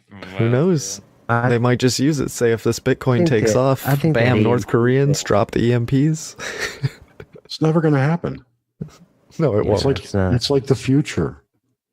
well, you could so the future will never go away. So CERN needs to fire up.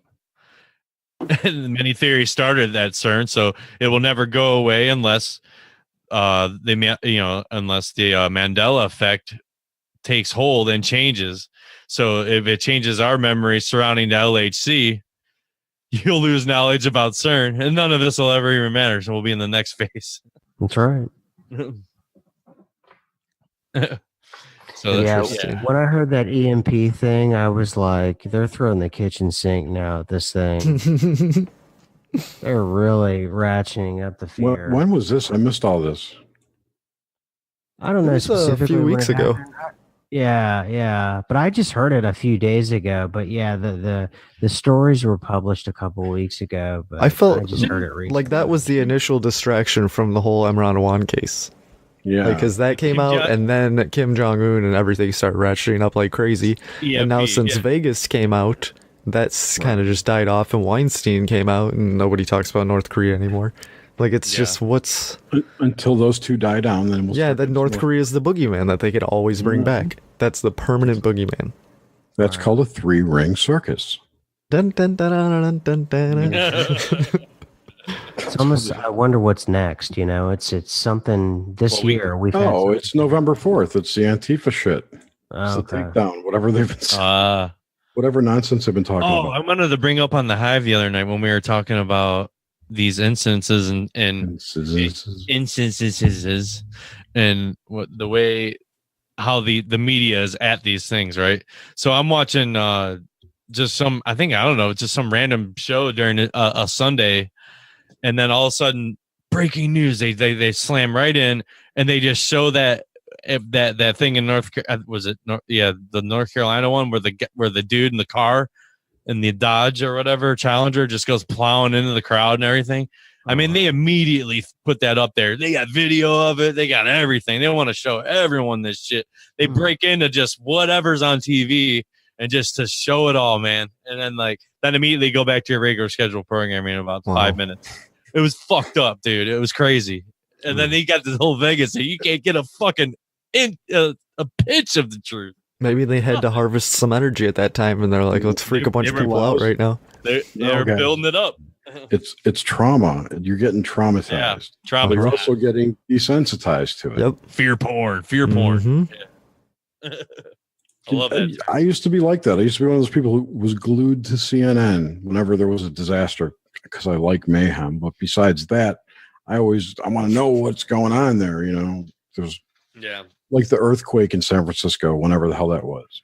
Oh, 87 or yeah, that was like 4 days being not sleeping, watching CNN kind of days. Hang out on that bridge when it collapsed and they were trying to pull people out of it. It was like all they showed, dude. Yeah, I remember. Oh my God, I was a kid. I was probably 12 years old or something at that time.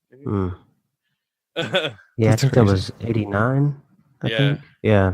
89. Well, I'll be 40. So was it that long ago? God, I'm old. I believe so.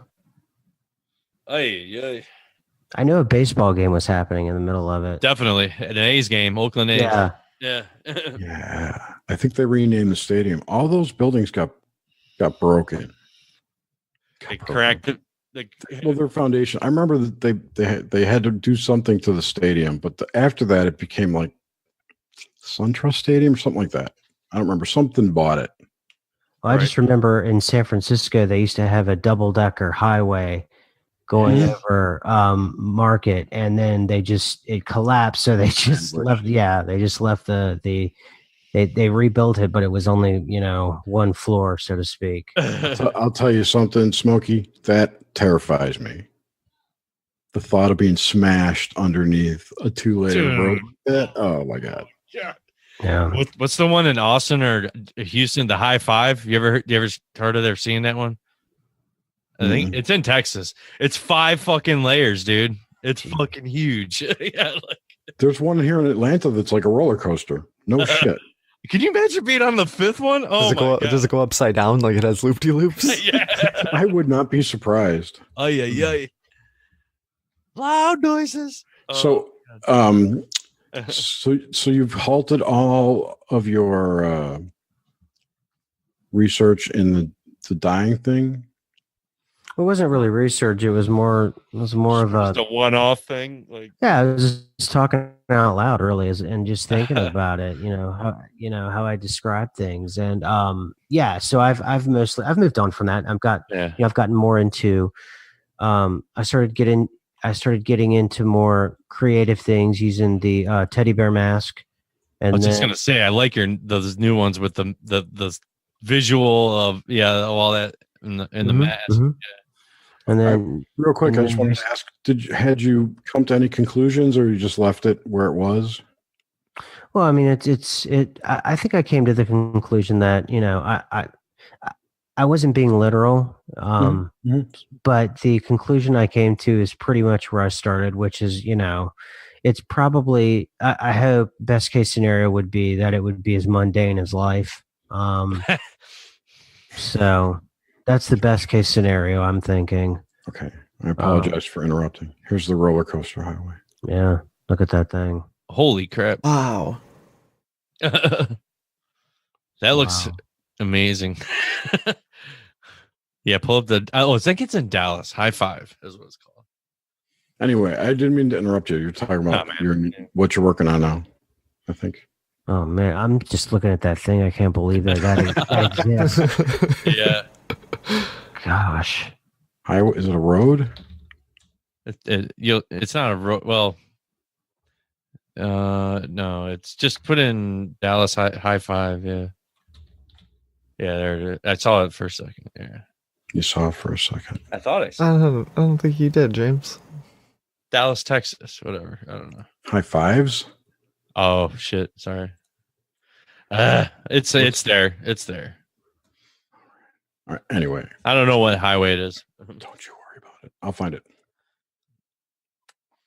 So where can we find your stuff, man? So people can come check it out. We'll have it all in our show notes that some people might check out, but I'll be plastering all this stuff. I make like funny little pictures and shit for the episodes and stuff. So I'll be plastering it all over. We haven't even talked to him yet.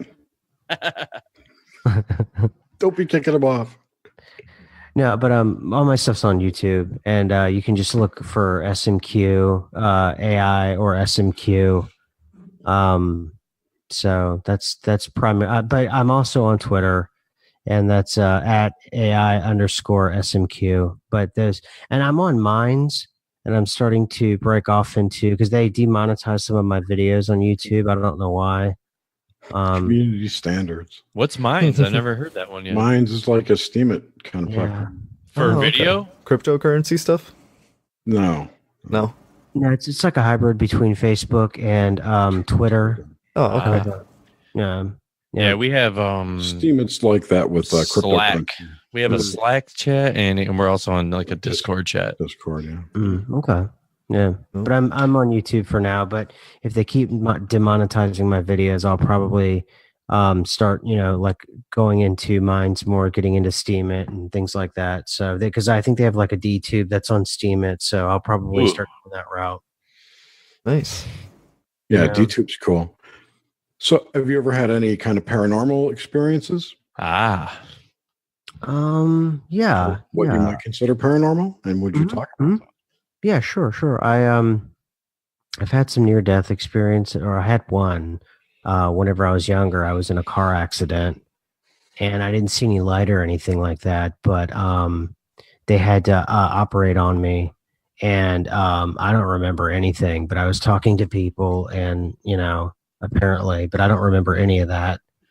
And I think I died on the table. Shit.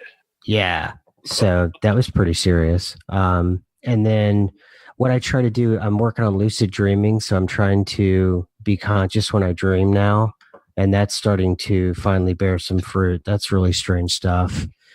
So I'm trying to figure out if that's lucid dreaming or it's astral travel, but I think it's lucid dreaming. There's some info on that. This guy, William Buhlman, he's like really good at teaching you how to do the astral and all that and lucid stuff. Cool. And I know this really fantastic podcast about dreams.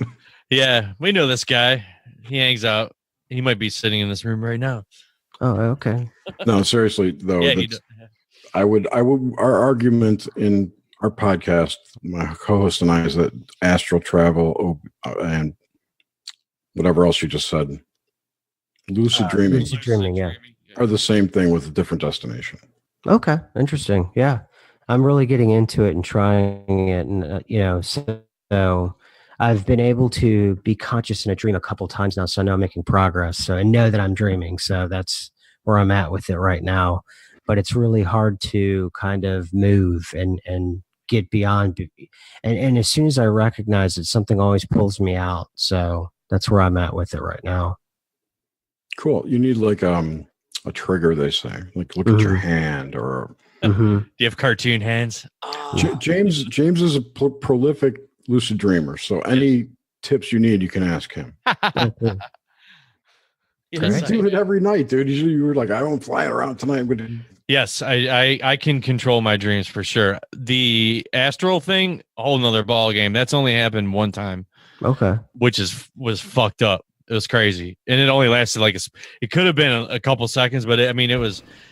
I don't know. Maybe I got scared, like Jerry said, like you just boom, or like even you said, you realize it, and then you're pulled right back. But it got to the point where you have to hold on to something and just kind of let go. It's fucked up. But yeah, like you'll. What happened to me was I was laying down in bed, and then I felt myself letting go, and I'm like, this is it. Like it was weird. Like I knew it was going to happen. And then boom, I just sunk right through the bed, right through the floor, right through everything. And then it scared the piss out of me. And then bam, right back. Yeah. But I sat up with almost like tears of joy. It was so badass. Yeah. Oh, that's cool. Yeah. But as far as lucid dreaming, yeah, I tell my kids that I'm like, man, you can control this stuff. You can control your dreams. You can go on a trip here. I can go over to Jerry's house tonight. Never even been to Jerry's house, but I can come over there.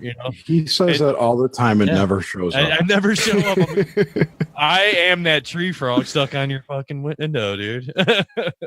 Oh, that's cool. No, but yeah, I can do it. It's weird. I always tell yeah, man, Freddy's chasing you. Fuck that. Turn around, chase him. But some people say that's bad. I don't understand that. I've heard a couple people say that controlling these things, I don't know, it has some weird outcome by doing that. I don't know. Which I have to find out where I heard that before. I don't. Or but they I just always don't want you to be in there. It's something weird like that. Yeah, it might even been on a Hive. I don't remember how we were talking about it. Maybe just because, dude, we come on every night and we do this. It's awesome. Yeah, so keep the link, man. Okay, great. Yeah, we're always in here, and then but yeah, but I don't know. We have a couple friends that are really I have a dude that does a show called Lighting the Void. Joe Roop. He's very into lucid and astral travel, and he just had an interview with that William Beelman guy, and I gotta listen to this because he's had him on before, in a couple of years ago or something. But anyway, I gotta listen to that one. Yeah, I'm just now trying to do that practice and get into that. So yeah, if you want to send me some links or something, I'd love to get it. Exactly. Yeah, I guess. Yeah, Joe was telling me the easiest way and the easiest way to do that is through like Amazon books or something like that. You can get a free trial. So just download his books real quick. That's how you do it. But I'll get the links for you. No doubt. I'll hook you up. Send them. Thanks. Thank you. Yeah, because he says it's good for beginners, and I even want to go through the same process to really understand what we're trying to do. Or what's happening at least. I don't know. I mean, I've always been able to do that though for some reason, but great. I don't know. Maybe we'll see each other one day. We always try. That's the thing with the Hive when we first started. It was a group think. Maybe even Rufus Cat. We always talk about all the time in the Hive about trying to meet somewhere through not saying where the place is, but through power. Maybe viewing the We were next trying to- big thing. Yeah, like, we're looking for an energetic event in the energy. Yeah, this in the energy, stream. and then you might be able to do this. Like, You want to hear something really freaky? definitely. On my YouTube channel, and there's a timestamp on it for September 27th. One of the first things I talk about on that date was when I first, or actually the first thing I started with the video was talk about I had this incredibly frightening and violent dream the night before. And that date, you know, obviously was a few days before Las Vegas happened. So it's funny that you had said that there can be, you know, areas where it draws a lot of positive or negative energy, and you can be drawn to that. So that's kind of interesting. Wow. Yeah. Yeah. And that also goes into my theory that strong, energetic, or psychic events ripple through future and past like circles, you know, rock in a pond kind of thing. But because the collective or whatever it's contained in sits outside of what we consider time. So that ripple goes forward and backward in time, and people who are attuned to its frequency can pick those things up as creative ideas or dreams or whatever. Yeah, I believe it. Prophecy. I absolutely believe that. Pretty trippy stuff. Well, we found each other. It would be easy to code. That's all I got. Right. It'd be easy to code. Is that what you're saying? Totally. I gotta code this in. So, add this to It the is. program. It's a great like idea generator. Dude. Very true. Yeah. All right. Well, I think I'm gonna hop off. Yeah, it's like Cool. 10:20 here. Nice too, meeting you, but man. yeah. Great time. This was awesome. We'll plug all your Yeah, stuff. very much. Yeah. Thank you. Definitely. We'll do it again if you guys want. Oh, for Always. sure. Yeah. Anytime. You have to come on the hive. Dude, you could and probably then just click this link for the Zoom room we have. You could probably click that at any night of the week, and we'd be in here We're in chatting, here. just hanging out. Okay. we can have 100. We can have 100 people like in this thing. All right. Awesome. It's crazy. Yeah.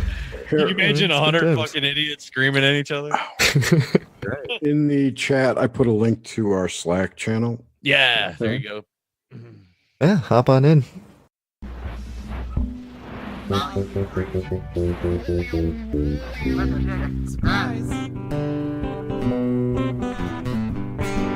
And as fate would have it, they wanted rain cats and dogs.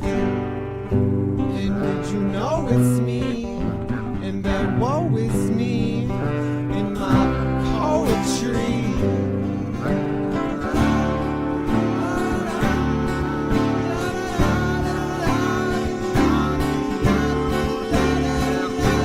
A ghost town, a tumbleweed,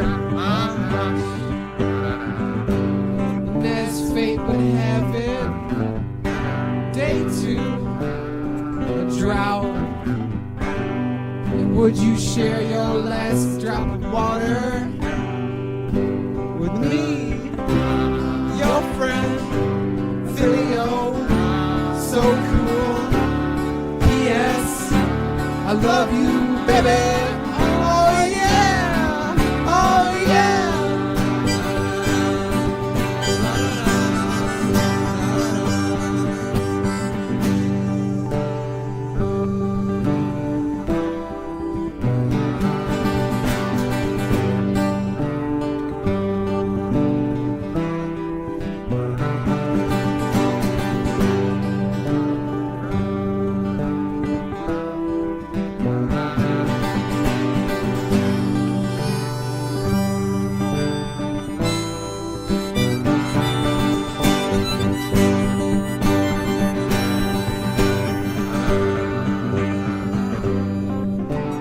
And as fate would have it, day 3, you rise to the challenge and discover your secret talent.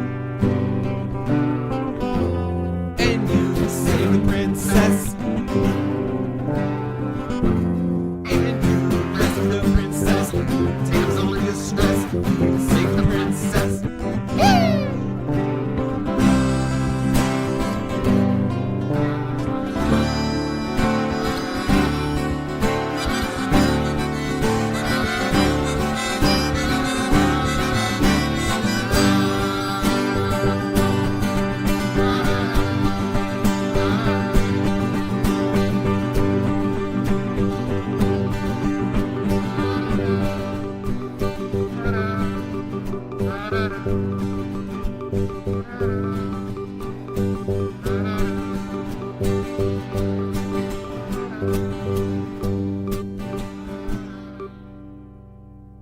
Lunatics,